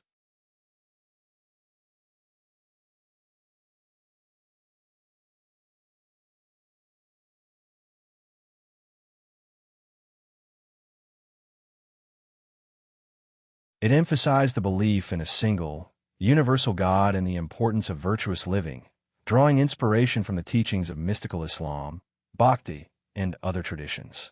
Akbar encouraged his followers to live with honesty, humility, and compassion, regardless of their religious background. The faith also stressed the importance of self-discipline, piety, and the unity of all people under a shared moral code. One of the central tenets of Din-i-Ilahi was the idea of tolerance. Akbar's empire was home to diverse communities, and he recognized that religious tolerance was the foundation of his vision for a peaceful, unified empire. The new religion allowed people from various backgrounds to practice their faith freely, while simultaneously fostering a sense of shared ethical responsibility. Akbar's own participation in Din-i-Ilahi was somewhat symbolic. While he personally adhered to its core principles, the religion was never intended to be a proselytizing movement. Instead, it was a personal belief system that Akbar hoped would serve as a guide for leaders and officials within his court, offering them a path to spiritual enlightenment and moral governance. Those who followed Din-i-Ilahi were primarily courtiers, intellectuals, and military leaders who were attracted to Akbar's ideals of unity and tolerance despite Akbar's intentions. Din-i-Ilahi never gained widespread popularity among the broader population. Most people, especially the Muslims and Hindus, remained committed to their own traditions. Yet, the religion's creation marked a significant point in Akbar's life, representing his desire to reconcile the diverse religious groups in his empire and create a model for interfaith coexistence. Though Din-i-Ilahi would fade after Akbar's death, its creation remains one of the most ambitious and unique religious experiments in history. It represents Akbar's profound commitment to religious tolerance and his vision for an inclusive, unified empire. As Akbar's spiritual journey evolved, he began to reject the orthodox religious ideologies that had dominated his early life and the Islamic world in general. This rejection of orthodoxy marked a turning point in his approach to religion and governance, leading him to adopt a more personal and eclectic spiritual outlook that sought to transcend sectarian divisions. His shift away from traditional religious authorities and practices was a bold statement in an age where religious orthodoxy often held significant sway over rulers and their subjects. Akbar's rejection of Orthodox Islam was evident in his increasingly independent stance on religious matters. Unlike many rulers of his time, Akbar did not feel bound by the strict interpretations of Islamic law. He distanced himself from the influence of ulama, Islamic scholars, who sought to impose rigid interpretations of the Quran and the Hadiths. While he remained outwardly a Muslim in his early years, by the late 1580s, Akbar had come to believe that the traditional religious practices and dogmas did not fully address the complexities of ruling a diverse empire. His desire to find a universal truth that could encompass all religious traditions led him to reject the exclusivism often associated with Orthodox religion. One of the most significant moments in Akbar's religious journey came when he began to question the prejudices and intolerances that were often inherent in orthodoxy. His deep interest in religious reform led him to critique and challenge the prevailing religious norms that divided his empire's communities. This was a bold move in an era when rulers were often expected to defend orthodoxy and enforce religious conformity. Akbar's rejection of religious orthodoxy was not just a personal spiritual journey, but also a political statement aimed at fostering a more inclusive and tolerant society. Akbar's intellectual rebellion against orthodoxy became particularly evident in his rejection of the jizya tax, which was historically levied on non-Muslim subjects in the empire. By abolishing the jizya tax, Akbar publicly declared his commitment to a policy of religious equality and rejected the idea that subjects should be discriminated against based on their religion. This act was controversial, especially among the conservative Muslim clergy, but it demonstrated Akbar's belief that governance should be based on justice and fairness, not on religious dogma. At the same time, Akbar's rejection of orthodoxy was not just about opposing existing religious practices. It was about creating a new framework for spiritual and political life.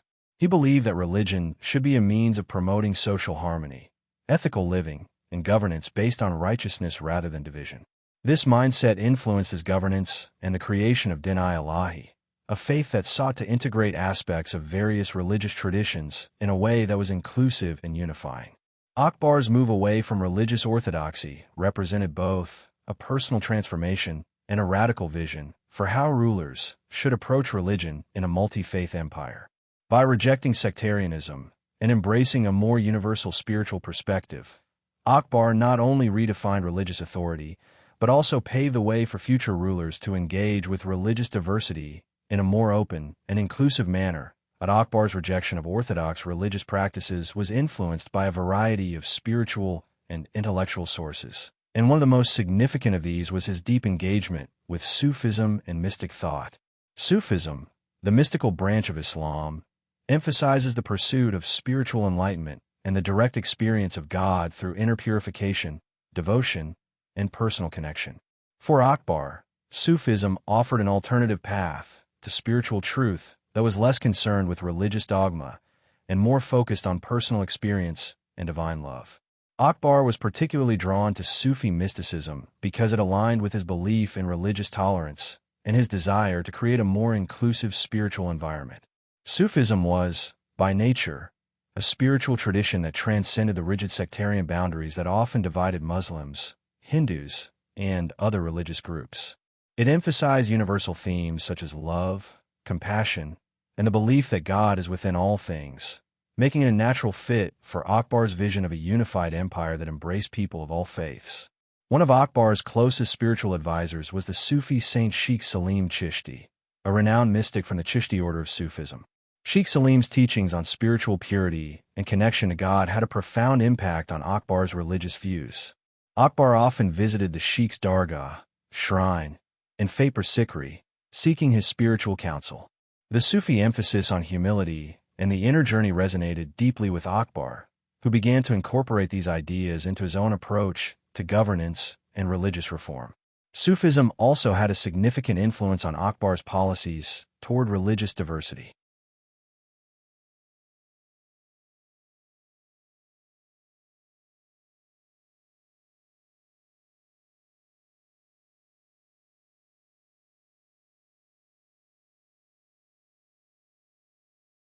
Sufi thought, with its emphasis on the unity of God and the interconnectedness of all religions, encouraged Akbar to seek common ground among the many religious communities in his empire.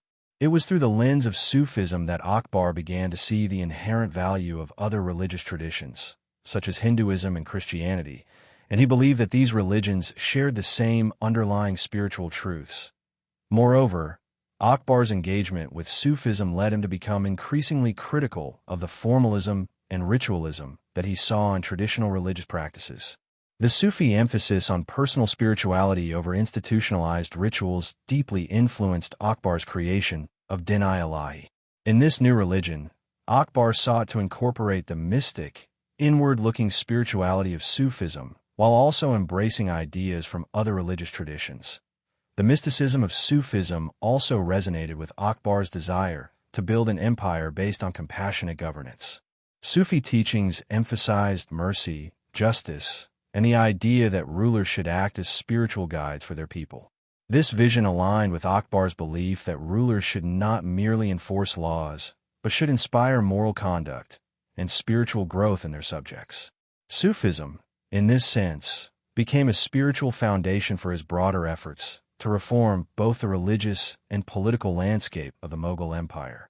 Akbar's deep commitment to religious tolerance was not merely a spiritual or intellectual pursuit. It was a political strategy that allowed him to maintain stability and unity within his vast, multi-religious empire.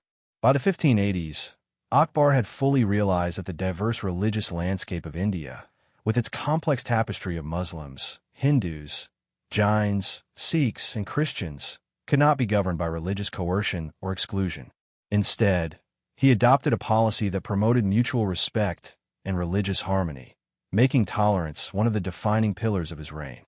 This approach to governance was a pragmatic response to the reality of the Mughal Empire.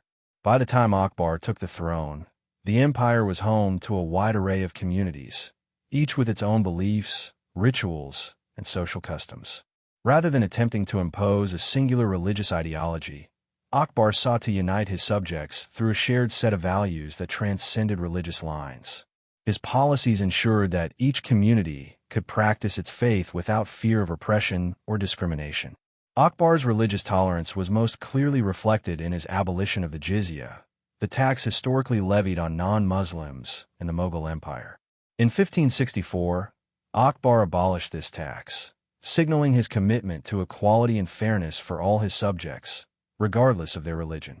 The decision was met with resistance from conservative elements within the Mughal court, especially from ulama, Islamic scholars, who argued that such a move would undermine the Islamic foundations of the empire.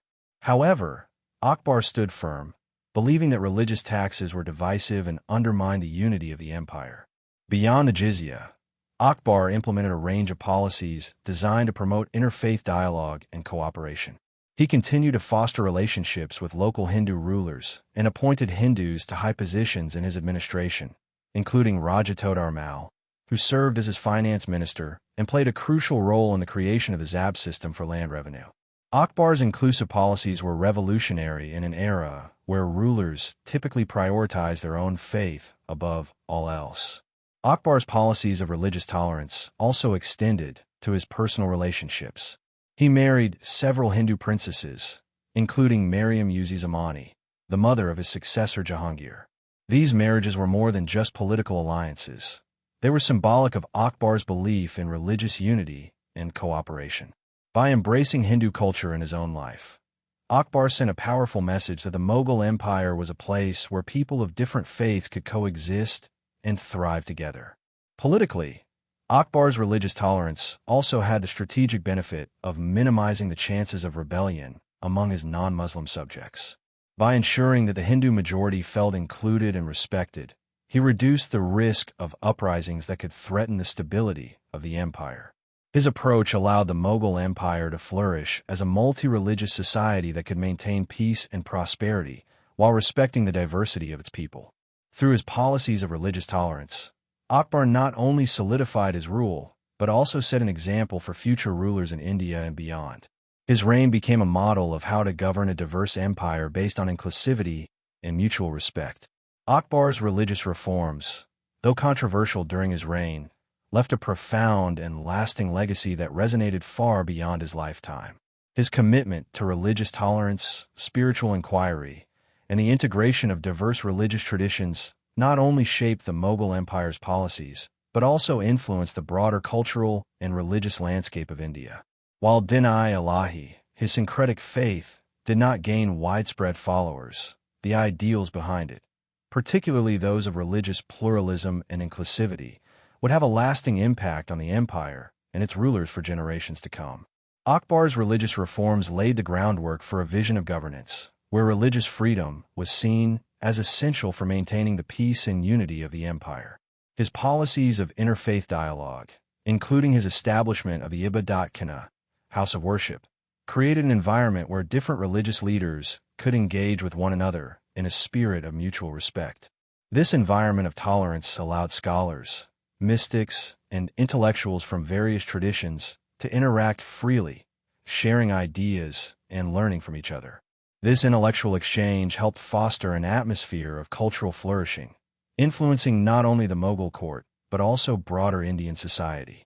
The abolition of the jizya tax, one of the most notable steps in Akbar's religious reforms, remains a powerful symbol of his commitment to religious equality. By removing this discriminatory tax, Akbar demonstrated his belief that governance should be based on justice and fairness, not on religious affiliation. This act resonated deeply within his diverse empire, offering a message of inclusion to the non-Muslim majority in his empire, particularly Hindus. It laid the foundation for the continued political and social integration of Hinduism into the heart of Mughal rule, where Hindu administrators, generals, and nobles played key roles in the empire's administration.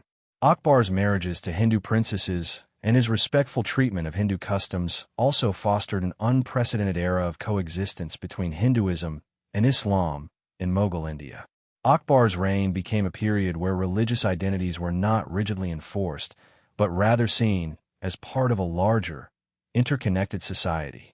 This approach allowed for the growth of a more unified and cohesive empire.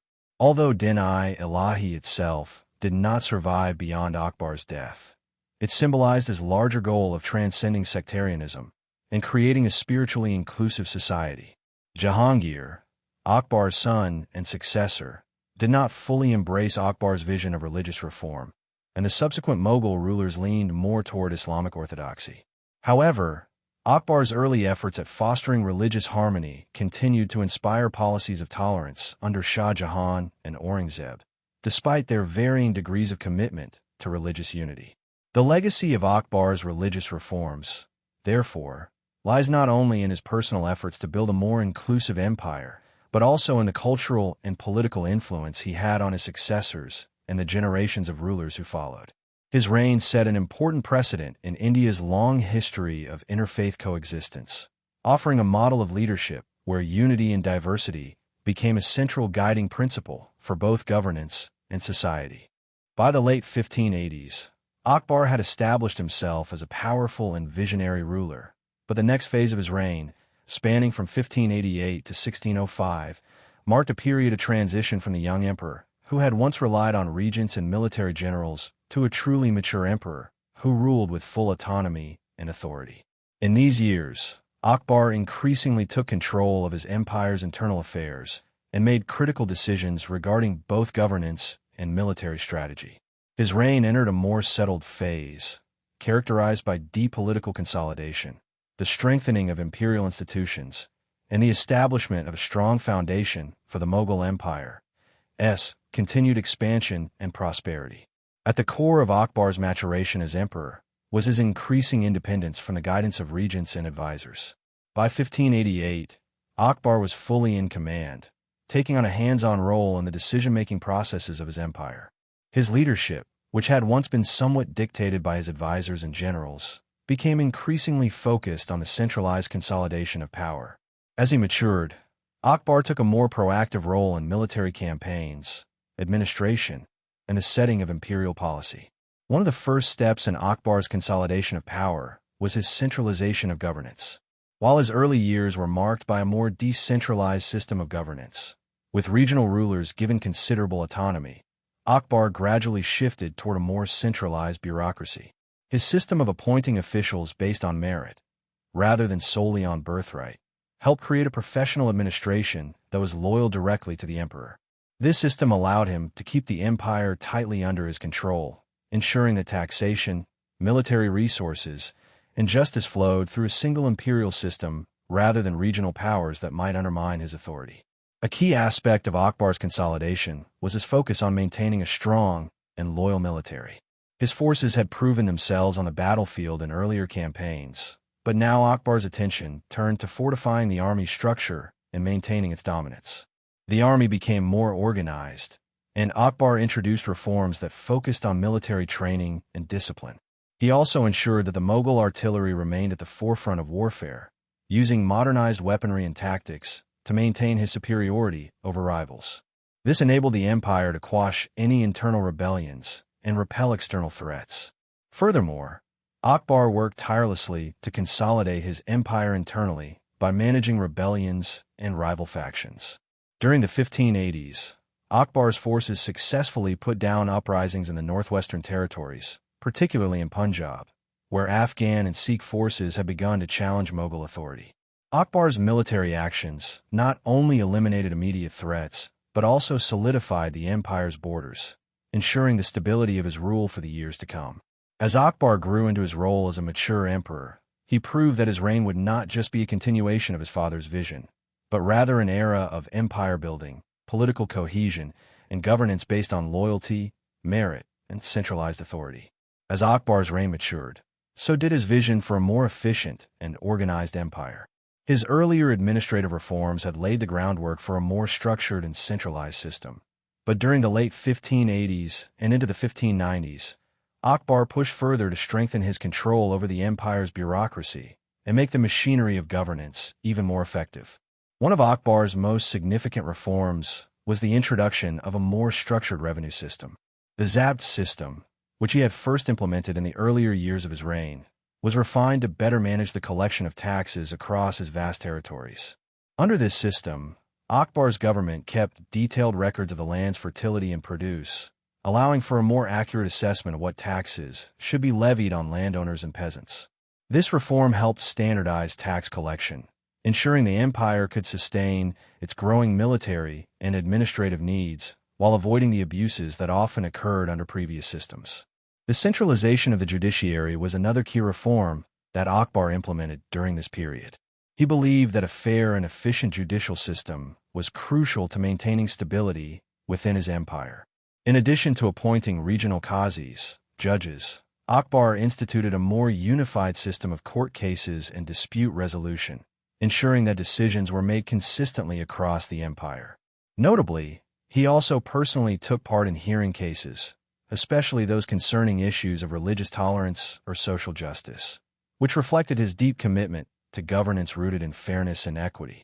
Akbar's direct involvement in the judicial process helped ensure that his vision of justice reached every corner of his empire. Furthermore, Akbar's policies promoted meritocracy in governance.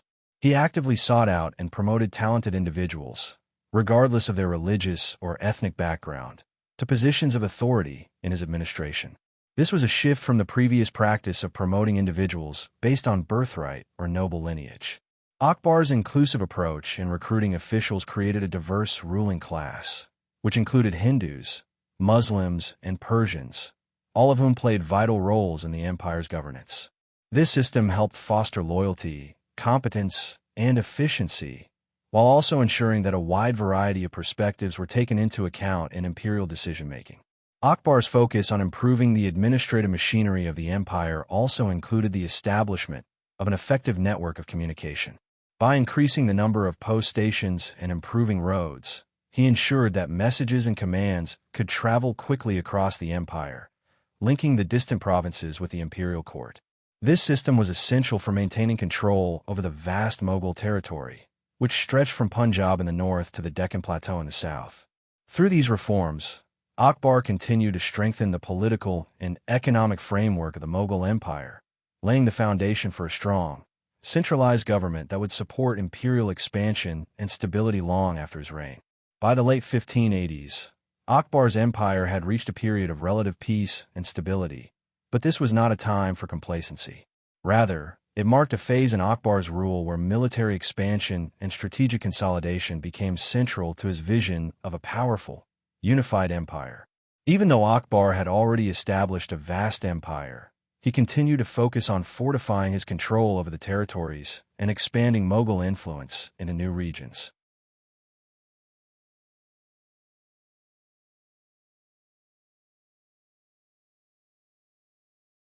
Akbar's military campaigns during these years were defined by a combination of strategic diplomacy and aggressive expansion.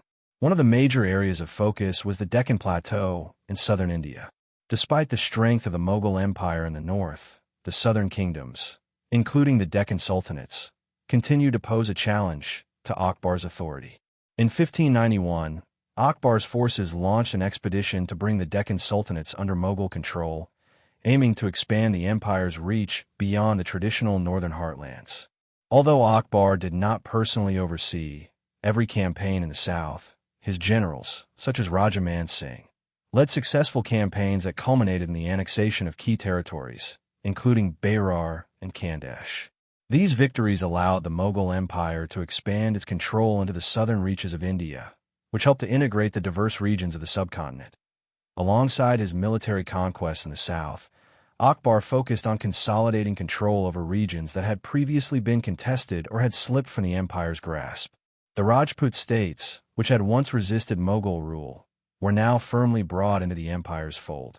By 1590, many of the Rajput rulers had entered into alliances with Akbar, solidifying their loyalty through both marriage and political agreements. Raja Man Singh, one of Akbar's trusted generals, played a crucial role in winning over the Rajputs, ensuring that they would become key allies in Akbar's future campaigns. Akbar's military campaigns were also directed against local Afghan leaders in the northwestern regions, particularly in Punjab and the northwest frontier. These areas had long been troublesome due to their tribal dynamics and continued resistance to central authority. In 1595, Akbar's forces decisively defeated the Afghan rebel forces in Kandahar, reclaiming a vital strategic region and securing the empire's northwestern borders. This victory was significant not only because it restored Mughal control, but also because it secured the Silk Road trade routes, which were essential for economic and military supplies.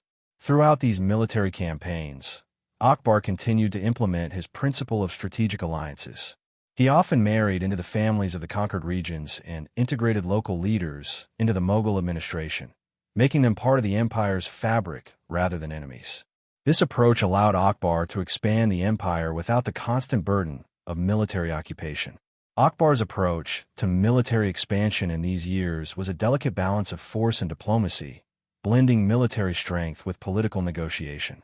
His ability to manage both the military and the complex administrative structures of his growing empire solidified his legacy as a leader who not only expanded the Mughal realm, but also created a cohesive and durable empire. As Akbar matured into his role as the Mughal emperor, his understanding of the empire's military system became increasingly sophisticated. While the early years of his reign were marked by the military acumen of his regent Bairam Khan, by the late 1580s, Akbar took full control of the Mughal military apparatus, ensuring that the empire's vast territories were protected and its borders secured. His reforms and innovations in the military system were not only pivotal to his success on the battlefield, but also served as a model for future rulers of the Mughal Empire. One of Akbar's key innovations was the organization and structure of the military. During his reign, the Mughal army was divided into several specialized units, including cavalry, infantry, artillery, and elephants, each of which played an integral role in the military's operations. The Mughal cavalry, which was famous for its speed and mobility, remained the backbone of the empire's military, but Akbar also understood the importance of firearms and gunpowder artillery in modern warfare.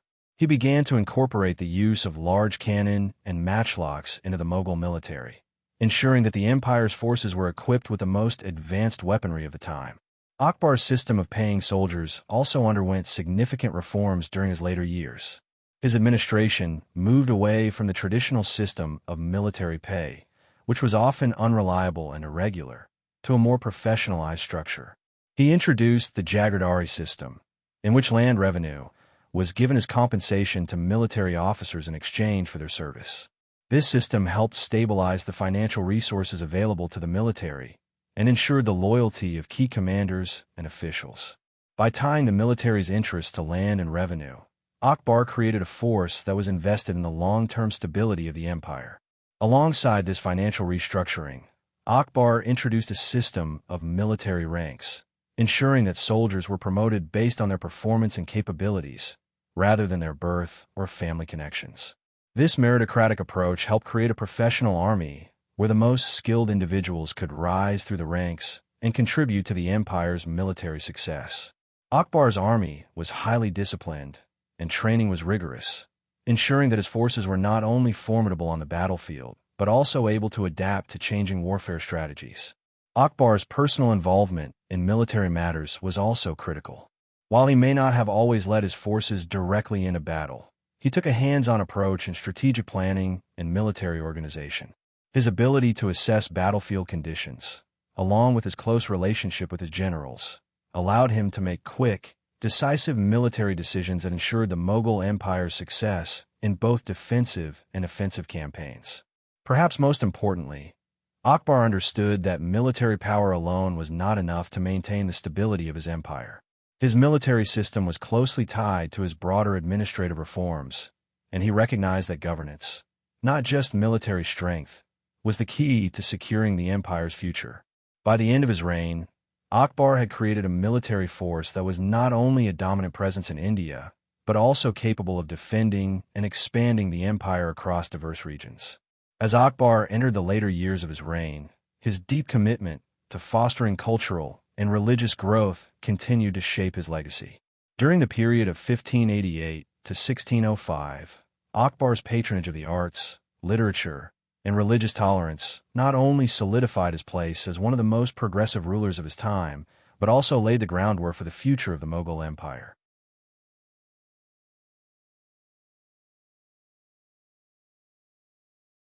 Akbar's commitment to religious diversity remained steadfast as he continued to encourage dialogue among various religious communities. His reign had already seen the establishment of the Ibadat Khana, a space for interfaith discussions, But in his later years, Akbar took even more personal interest in the philosophical and theological questions posed by scholars of different faiths. He regularly met with Hindu, Muslim, Jain, and Christian scholars in a continued effort to understand their teachings and to foster an environment of religious harmony within his empire. Akbar's personal participation in these debates further strengthened his position as a patron of intellectual exchange. This interest in spiritual inquiry led to the creation of Din-i-Ilahi, the syncretic religion that sought to blend the best elements of the world's major faiths. While the faith did not have widespread appeal, its creation symbolized Akbar's deep desire for a unified, inclusive empire. He believed that religious unity was key to his vision for governance, and the formation of Din-i-Ilahi was a testament to his belief in the universality of truth.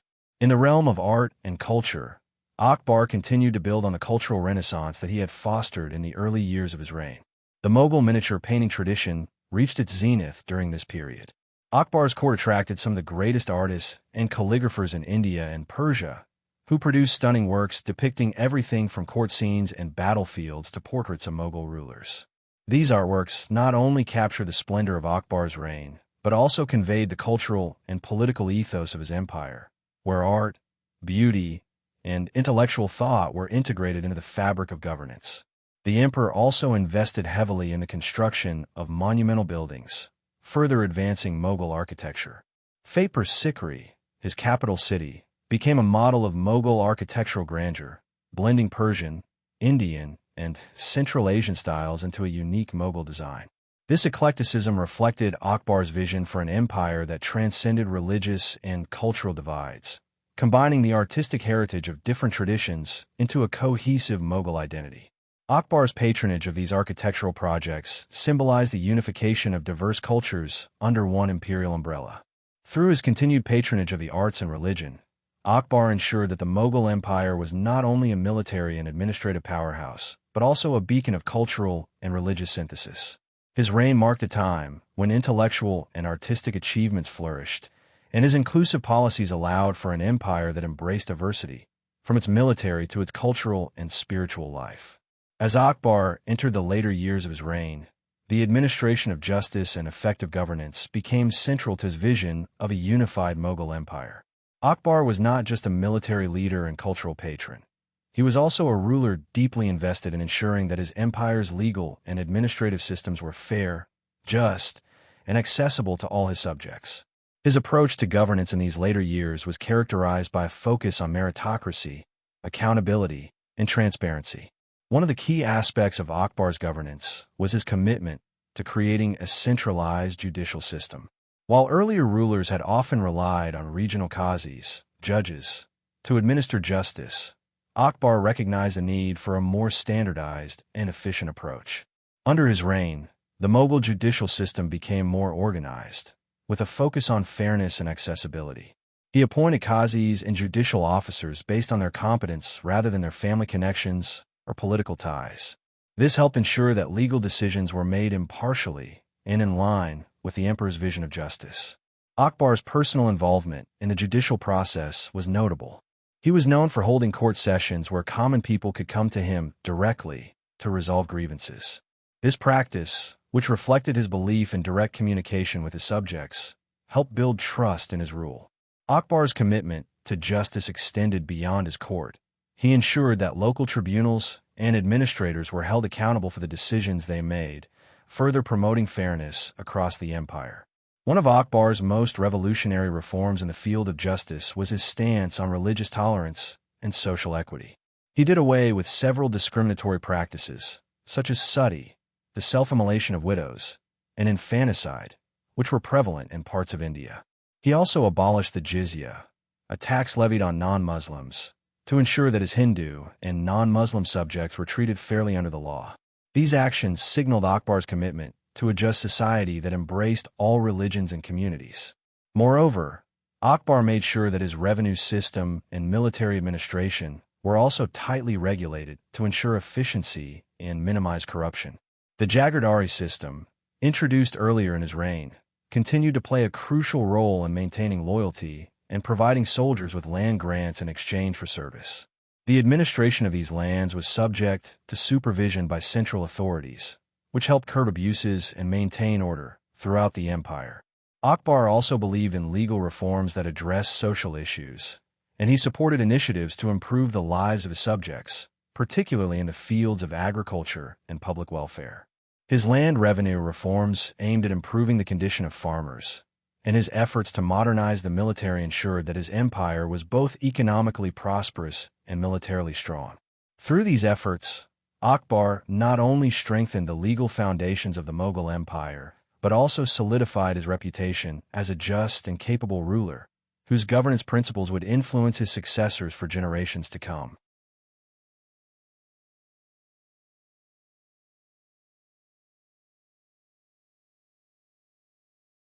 One of the defining features of Akbar's reign as a mature emperor was his ability to manage complex relationships with the Rajputs, the warrior rulers of Rajasthan and northern India. Akbar's relationship with the Rajputs evolved over time, and it became a cornerstone of his strategy for creating a stable and unified empire. The Rajputs, who had initially resisted Mughal rule, would come to play a central role in Akbar's administration and military, forming alliances with the emperor that would endure for generations. Akbar's early encounters with the Rajputs had been fraught with conflict, especially in the wake of the Second Battle of Panipat, 1556, when many Rajput rulers remained skeptical of Mughal authority. However, Akbar's vision of an inclusive and diverse empire gradually drew the Rajputs into the fold. Rather than relying solely on military force to subdue them, Akbar took a diplomatic and strategic approach to integrating Rajput rulers into the Mughal Empire. He understood that conquest alone would not guarantee long-term loyalty. He sought to win the trust and support of the Rajput chiefs through marriages, alliances, and by offering them key positions of power within the Mughal administration. One of Akbar's most significant diplomatic moves was his marriage to Mariam-uz-Zamani, the daughter of Raja Barmal of Amber, a prominent Rajput king. This marriage not only solidified Akbar's alliance with the powerful Amber Rajputs, but also set the stage for a series of political marriages with other Rajput rulers. Through these marriages, Akbar was able to forge strong personal and political bonds with the Rajput families, ensuring their loyalty to the Mughal throne. In addition to marriage, Akbar offered Rajput rulers important positions in his administration and military. Raja Man Singh, a prominent Rajput leader and trusted general, became one of Akbar's closest allies. Man Singh was appointed the commander-in-chief of Akbar's forces, and his military successes were vital to securing Mughal dominance over rebellious regions. By elevating Rajputs to high-ranking military and administrative posts, Akbar demonstrated his commitment to integrating Rajputs into the heart of the Mughal government. Akbar's approach to the Rajputs was a blend of respect and pragmatism. He recognized the importance of Rajput valor and their military prowess, but he also respected their autonomy and culture. Rajput rulers were allowed to retain their titles, and their traditional ways of life were largely left untouched, so long as they pledged loyalty to Akbar and accepted Mughal sovereignty. This mutual respect helped create an atmosphere of trust and cooperation between the Rajputs and the Mughals. Akbar's ability to manage these relationships and secure Rajput loyalty was instrumental in his consolidation of power. The Rajputs, in turn, helped Akbar's empire by providing vital military support and governance across northern and central India. The Rajput-Mughal alliance became a model of cooperation between native Indian rulers and the Mughal Empire, and it played a crucial role in maintaining stability across Akbar's vast empire.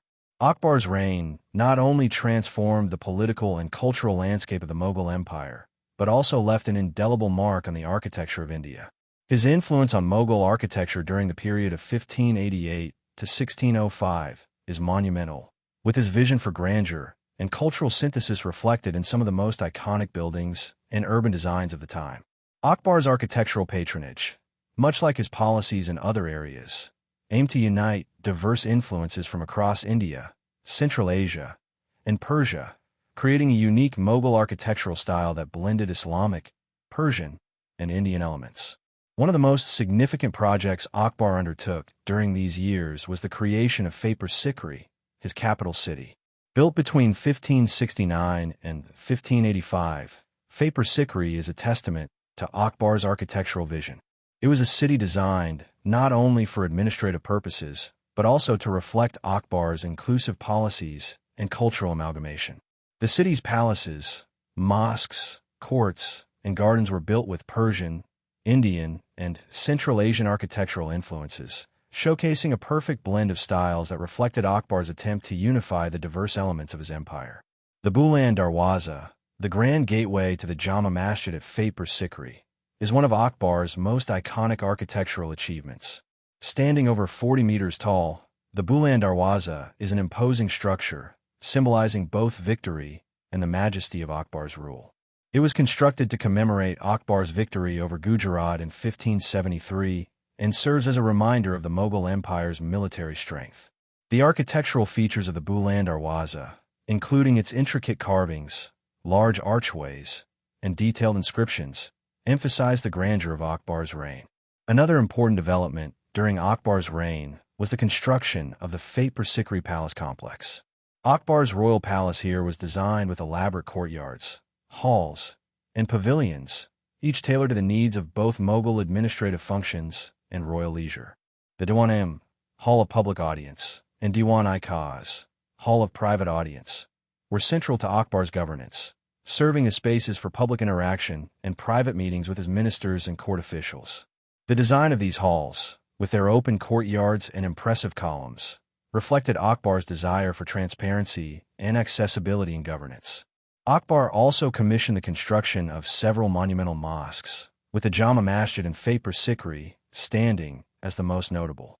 The mosque's grandeur and the careful attention to design underscore Akbar's respect for Islamic architecture, while its open courtyards and integration with the surrounding buildings reflect his broader approach of cultural integration.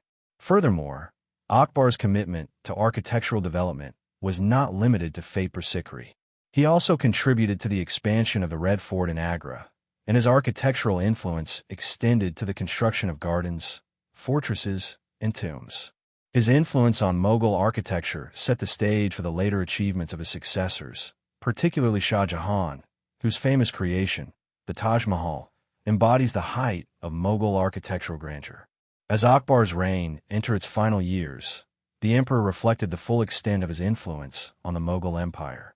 By 1605, his rule had seen the consolidation of power, remarkable territorial expansion, and profound cultural and administrative reforms that transformed the Mughal Empire into one of the most powerful and culturally advanced empires in the world.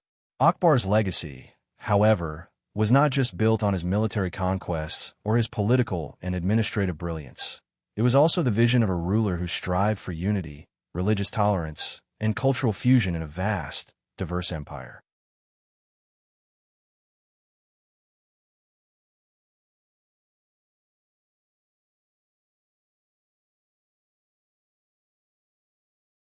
Akbar's legacy was largely characterized by his ability to govern a multi-religious and multicultural empire with wisdom and compassion.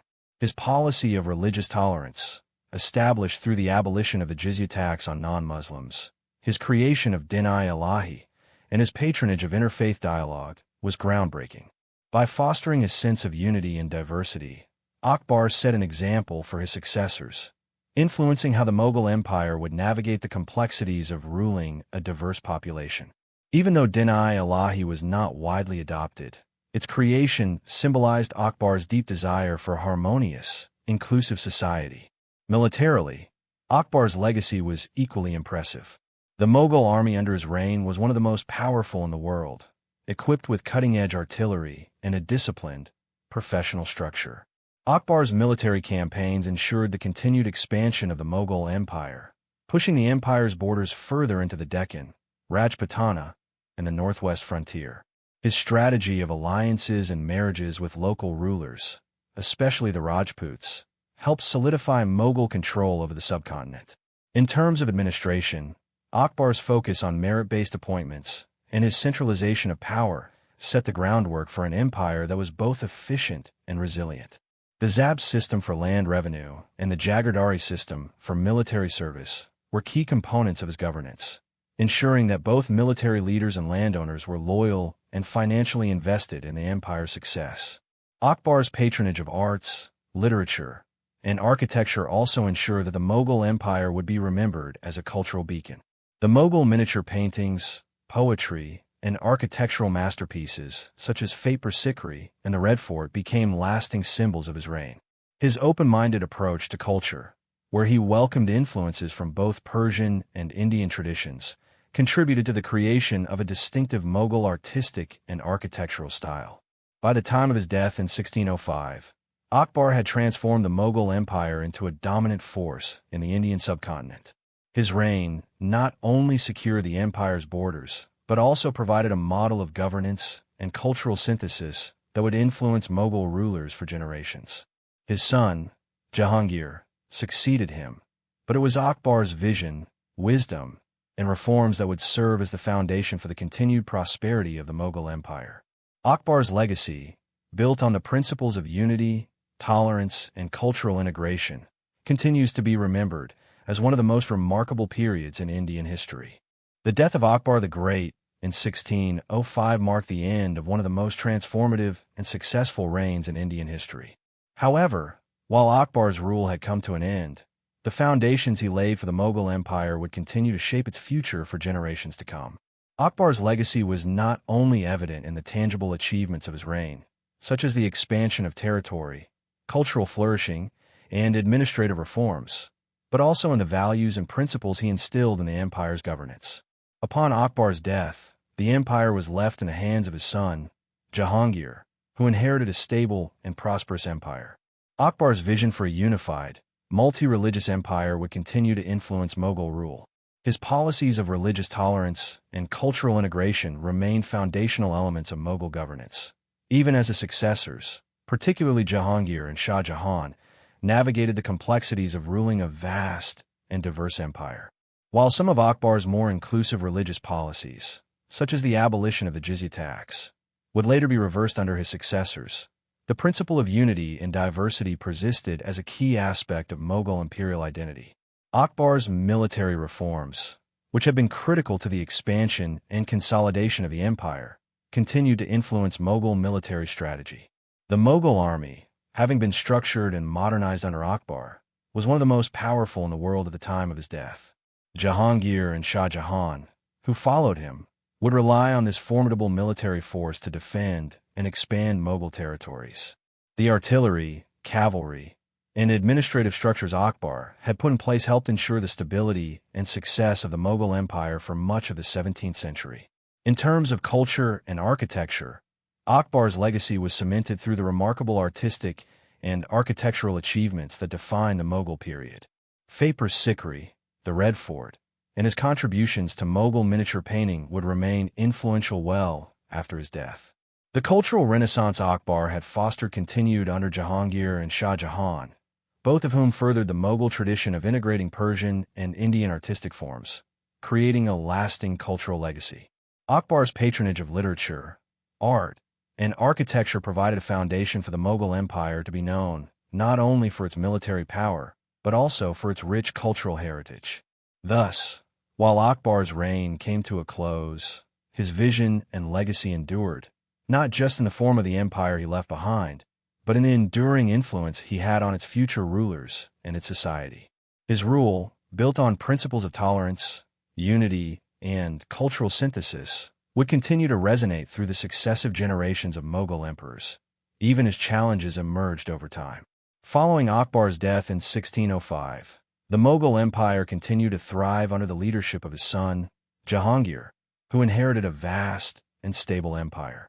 Jahangir, though different in personality and governance style, understood the importance of preserving Akbar's empire and maintaining the system Akbar had built.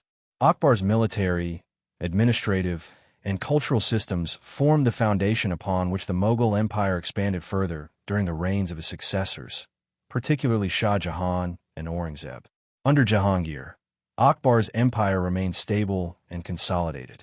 Jahangir focused on reinforcing the authority of the Mughal state, maintaining the bureaucratic structure and merit-based appointments Akbar had put in place. His ability to secure Akbar's reforms ensured continuity in governance, allowing the empire to flourish in the early 17th century. Additionally, Jahangir's court continued to appreciate art and culture, which Akbar had championed, and the imperial patronage of the Mughal miniature painting tradition furthered the artistic legacy of Akbar's reign. One of the ways Akbar's legacy was preserved was through the military apparatus Akbar had meticulously built. The Mughal army, which was well-organized and disciplined, continued to serve as one of the most powerful forces in India. Jahangir relied on the Mughal army's artillery, cavalry, and trained soldiers to keep the empire intact. Even as new challenges arose, especially from rebellious forces on the empire's periphery and from the Deccan sultanates, the Mughal military maintained its strong presence. As Akbar's empire expanded through conquest, Jahangir continued his father's policy of alliances and marriages to absorb new territories. Rajput rulers remained loyal to the Mughal Empire, and their integration into Mughal administration and military provided a buffer against potential uprisings. Jahangir was able to maintain control over the empire, particularly in the Deccan, where he successfully dealt with resistance and expanded Mughal influence in the southern region. Jahangir's reign also marked a time of political stability, which set the stage for further territorial expansion under Shah Jahan, Akbar's grandson. Under Shah Jahan's leadership, the Mughal Empire would expand further into the Deccan, and its influence would spread southward, reaching its territorial peak. Through both military conquest and strategic alliances, Akbar's successors ensured that the empire he had forged not only endured but expanded further, preserving the empire's strength and solidifying Akbar's vision of a powerful, centralized Mughal state. Akbar's legacy as a patron of architecture continued to reverberate long after his death. The Mughal architectural style that Akbar helped define became one of the most significant aspects of the empire's cultural identity, and his successors carried on his vision, creating some of the most iconic architectural masterpieces in history. Akbar's reign saw the beginning of an architectural renaissance that blended Persian, Indian, and Central Asian design elements into a new, distinct Mughal style, which would continue to evolve under Jahangir, Shah Jahan, and Aurangzeb. The Red Fort in Agra, constructed under Akbar's patronage, set a precedent for the grand palaces and forts that would follow in the Mughal Empire. Akbar's work in Fatehpur Sikri, especially the Jama Masjid and Buland Darwaza, became models for Mughal architecture, demonstrating the emperor's skill in incorporating regional influences into the fabric of Mughal style. The use of red sandstone, marble inlays, and intricate carvings became signature elements of Mughal design, blending the Islamic and Indian aesthetics. Under Jahangir, the Mughal architectural legacy remained strong. Jahangir, like his father Akbar, believed that architecture was not only a reflection of imperial power, but also a medium through which cultural and spiritual values could be expressed. One of the most notable architectural projects of his reign was the expansion of the Shalimar Gardens in Lahore, a stunning example of Mughal garden design that emphasized symmetry, water features, and lush landscapes. The garden represented the Mughal ideal of paradise on earth and reflected the empire's prosperity and artistic refinement.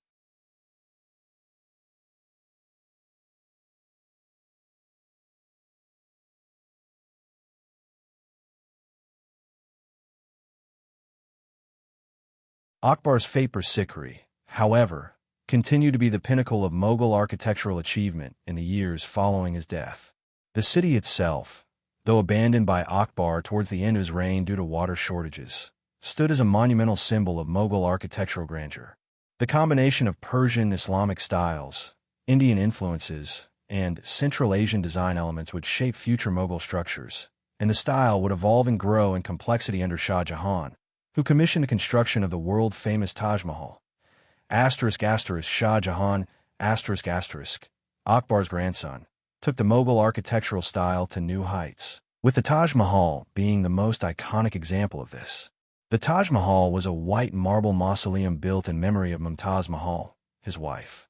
It reflected Akbar's early efforts in blending Persian and Indian architectural styles, but brought to life with more refined craftsmanship and materials. The grand gardens, precise symmetry, and intricate detailing embodied the enduring vision of Akbar's architectural legacy. Through these developments, Akbar's influence on Mughal architecture continued to resonate across generations. His vision for architectural beauty, rooted in cultural diversity and religious harmony, became one of the most lasting aspects of the Mughal Empire's legacy. Akbar's reign marked a golden age of Mughal culture, and his influence continued to shape the empire's cultural and intellectual life long after his death. Akbar's policies of religious tolerance, patronage of the arts, and support for intellectual pursuits fostered a flourishing cultural environment that remained a defining characteristic of Mughal society throughout the 17th century. Under Akbar's successors, particularly Jahangir and Shah Jahan, Mughal culture continued to thrive, blending Persian, Indian, and Central Asian traditions into a distinctive Mughal identity that would leave a lasting legacy. One of the most enduring elements of Akbar's cultural legacy was his patronage of the arts. Akbar's court became a hub for intellectuals, poets, musicians, and artists, and he brought together scholars from all over the world. His support of Mughal miniature painting led to the development of a unique style that became one of the most influential art forms of the time.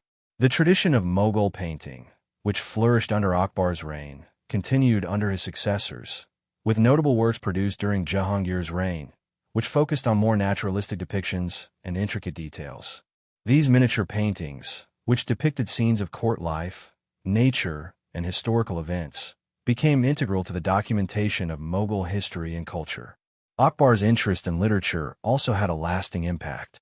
Under his patronage, the Akbarnama, written by Abu al-Fazl, chronicled the emperor's reign in an intellectual style that combined historical and philosophical elements. His court continued to produce great literary works in Persian and Hindi, which celebrated the grandeur of the Mughal Empire and its rulers. Jahangir carried on this tradition of literary achievement by writing his famous memoirs, offering a personal account of his reign, and providing a window into the imperial court. The continued growth of Mughal literature during the early 17th century solidified its place in the intellectual history of India. In the realm of music, Akbar's support for the integration of Indian classical music and Persian music continued to have a profound influence on Mughal court music. Tansun, one of the greatest musicians of the time, flourished under Akbar's patronage, and his legacy in Hindustani classical music continued under Jahangir. The fusion of Persian and Indian musical traditions reached new heights, producing music that became both a symbol of Mughal cultural sophistication and a vital part of court life. Akbar's support for the intellectual exchange between different religious and cultural groups was another defining feature of his reign. His establishment of the Ibadat Khana and his patronage of scholars from various faiths, including Hindus, Muslims, Christians, and Jains, set the stage for the continued interfaith dialogue during the subsequent years. His successors, while less involved in interfaith discussion, continued to govern an empire that included a wide range of religious and cultural practices. Akbar's cultural legacy, shaped by his tolerance, patronage, and intellectual curiosity, continued to define the Mughal Empire for generations, influencing not only the arts and literature, but also the governance and social dynamics of the empire. Following Akbar's death, the political and administrative systems he had meticulously crafted continued to guide the Mughal Empire through a period of stability and expansion under his successors. Akbar had built an empire that was not only vast, but also remarkably well organized. And it was this bureaucratic foundation that allowed the Mughal Empire to endure and flourish long after his reign. Jahangir, Shah Jahan, and even Aurangzeb inherited a sophisticated system of governance that had been fine-tuned over decades, and they continued to refine and build upon the structures Akbar had established. Akbar's administrative reforms, such as the Zabt system for land revenue collection and the Jagirdari system for military service, became fundamental components of Mughal governance. His policies of merit-based appointments allowed for a more efficient bureaucracy in which officers and military leaders were appointed based on capability rather than familial ties. These reforms remained in place throughout the 17th century and formed the backbone of Mughal administrative efficiency. His centralized administration, which combined the powers of the emperor with a highly structured network of officials at regional and local levels, enabled the empire to manage its vast territories effectively. One of Akbar's greatest contributions to Mughal governance was the integration of diverse regional and ethnic groups into the administrative system. By appointing Rajputs and Hindus to high-ranking positions in his court and administration, Akbar ensured that various religious and cultural groups had a stake in the empire's stability. This inclusive approach remained a defining feature of Mughal rule, even under his successors. Jahangir, in particular, continued the policy of integrating local nobility into the empire's framework, relying on the Rajputs and other regional leaders to maintain peace and order in the far-flung provinces. Under Shah Jahan, the Mughal Empire reached the height of its territorial power and influence. The political stability Akbar had established allowed for further expansion and consolidation. Shah Jahan built upon his grandfather's work by centralizing power even more and investing in monumental architectural projects that reinforced the empire's prestige. His construction of the Taj Mahal, a symbol of the Mughal Empire's power, wealth, and grandeur, also solidified the Mughal commitment to cultural expression through monumental architecture.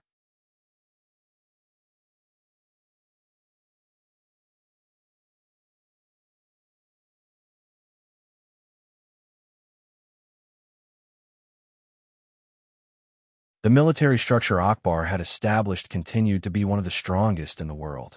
The Mughal army, reformed under Akbar's reign with its combination of artillery, cavalry, and infantry, ensured that the empire could maintain its territorial holdings and ward off any external threats. Jahangir and Shah Jahan made sure the Mughal military remained well-trained and equipped, ensuring its readiness for future challenges. Even though the empire would face internal challenges, especially with the rise of Aurangzeb and his more orthodox policies, Akbar's political and administrative legacy continued to provide a stable foundation for the Mughal Empire throughout the 17th century. Akbar's military reforms laid the foundation for the Mughal Empire's continued military strength long after his death. While his successors, including Jahangir and Shah Jahan, would not engage in the same level of territorial expansion as Akbar, they inherited a military system that was well-organized, formidable, and capable of defending the empire's borders. Akbar's military strategy, which was centered around modernization, artillery, and regional alliances, shaped the way the Mughal military operated and ensured the security of the empire for generations. Akbar revolutionized the Mughal military by incorporating artillery, firearms, and siege weapons into the military structure. He understood the importance of modernizing military technology to stay ahead of rival empires, such as the Safavids in Persia and the Ottomans in the West. The Mughal army under Akbar became a force that integrated the use of large cannons and matchlocks, which gave them a significant advantage on the battlefield. This military innovation allowed the empire to secure its borders and expand into new territories, such as the Deccan Plateau and the Rajputana regions. In addition to technological advancements, Akbar's military strategy emphasized strategic alliances with local rulers, particularly the Rajputs. Rather than forcing these regional powers into submission, Akbar forged alliances through marriage, diplomacy, and shared military interests. The Rajput forces, known for their military prowess, became key allies in Akbar's campaigns. Through these alliances, the Mughal Empire was able to absorb local forces into its military structure, giving it a broader and more versatile fighting force. Raja Man Singh, one of Akbar's most trusted generals, was a prime example of how Akbar integrated Rajput warriors into the Mughal military. Akbar also implemented a meritocratic approach to military appointments. While the Mughal military had historically been influenced by the noble elite, Akbar's reforms allowed commanders to rise based on their ability rather than their lineage. This helped ensure that military leadership was more dynamic and capable, rather than entrenched in hereditary power. Jahangir and Shah Jahan would continue this approach, ensuring that the Mughal military remained disciplined, capable, and ready for both internal uprisings and external threats. Despite internal struggles later in the Mughal Empire's history, particularly with the rise of Aurangzeb, Akbar's legacy in military strategy endured. His focus on modernizing the military, forging alliances, and rewarding competence ensured that the Mughal military remained a dominant force in the region for much of the 17th century. Even after his death, the military reforms he instituted continued to influence the empire's ability to defend its vast territories. Akbar's religious legacy was one of the most significant aspects of his reign and had a lasting impact on the Mughal Empire long after his death in 1605. His commitment to religious tolerance, interfaith dialogue, and the creation of a unified empire based on inclusive governance continued to influence the policies and approaches of subsequent Mughal rulers, even as the political and social landscape evolved. One of the most important elements of Akbar's religious legacy was his policy of religious tolerance, which set a foundation for the Mughal Empire's approach to governance. Akbar's decision to abolish the jizya tax, which had been levied on non-Muslim subjects, was a groundbreaking move in an era when religious discrimination was common. This policy not only ensured that Hindus and other non-Muslim groups were treated more equally under Mughal rule, but it also helped to foster a sense of loyalty and unity among the diverse religious communities of the empire.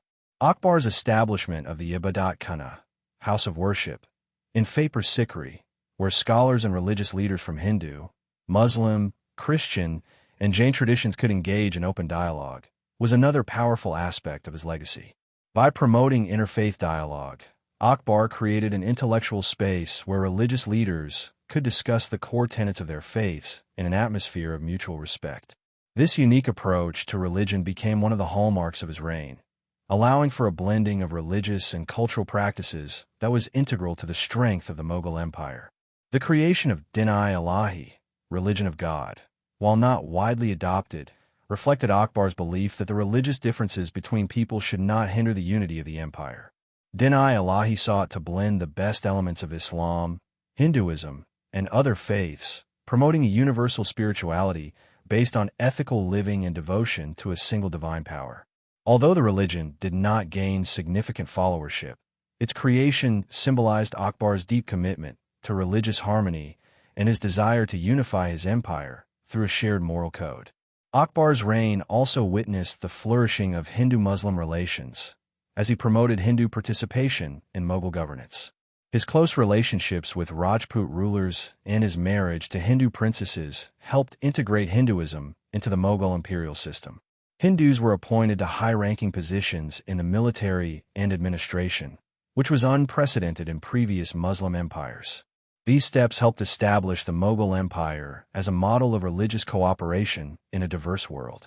Though Akbar's successors, particularly Aurangzeb, shifted towards a more orthodox Islamic approach and reversed many of Akbar's religious reforms, the legacy of Akbar's policies persisted throughout the empire. His efforts to bridge religious divides and create a more inclusive and tolerant empire left an enduring impact on the Mughal state, influencing subsequent rulers, intellectuals, and religious communities within the empire. Akbar's religious legacy remains one of the most remarkable aspects of his reign, demonstrating that an emperor could govern a vast and diverse empire not only with military might, but also with wisdom, compassion, and a deep understanding of the importance of religious unity.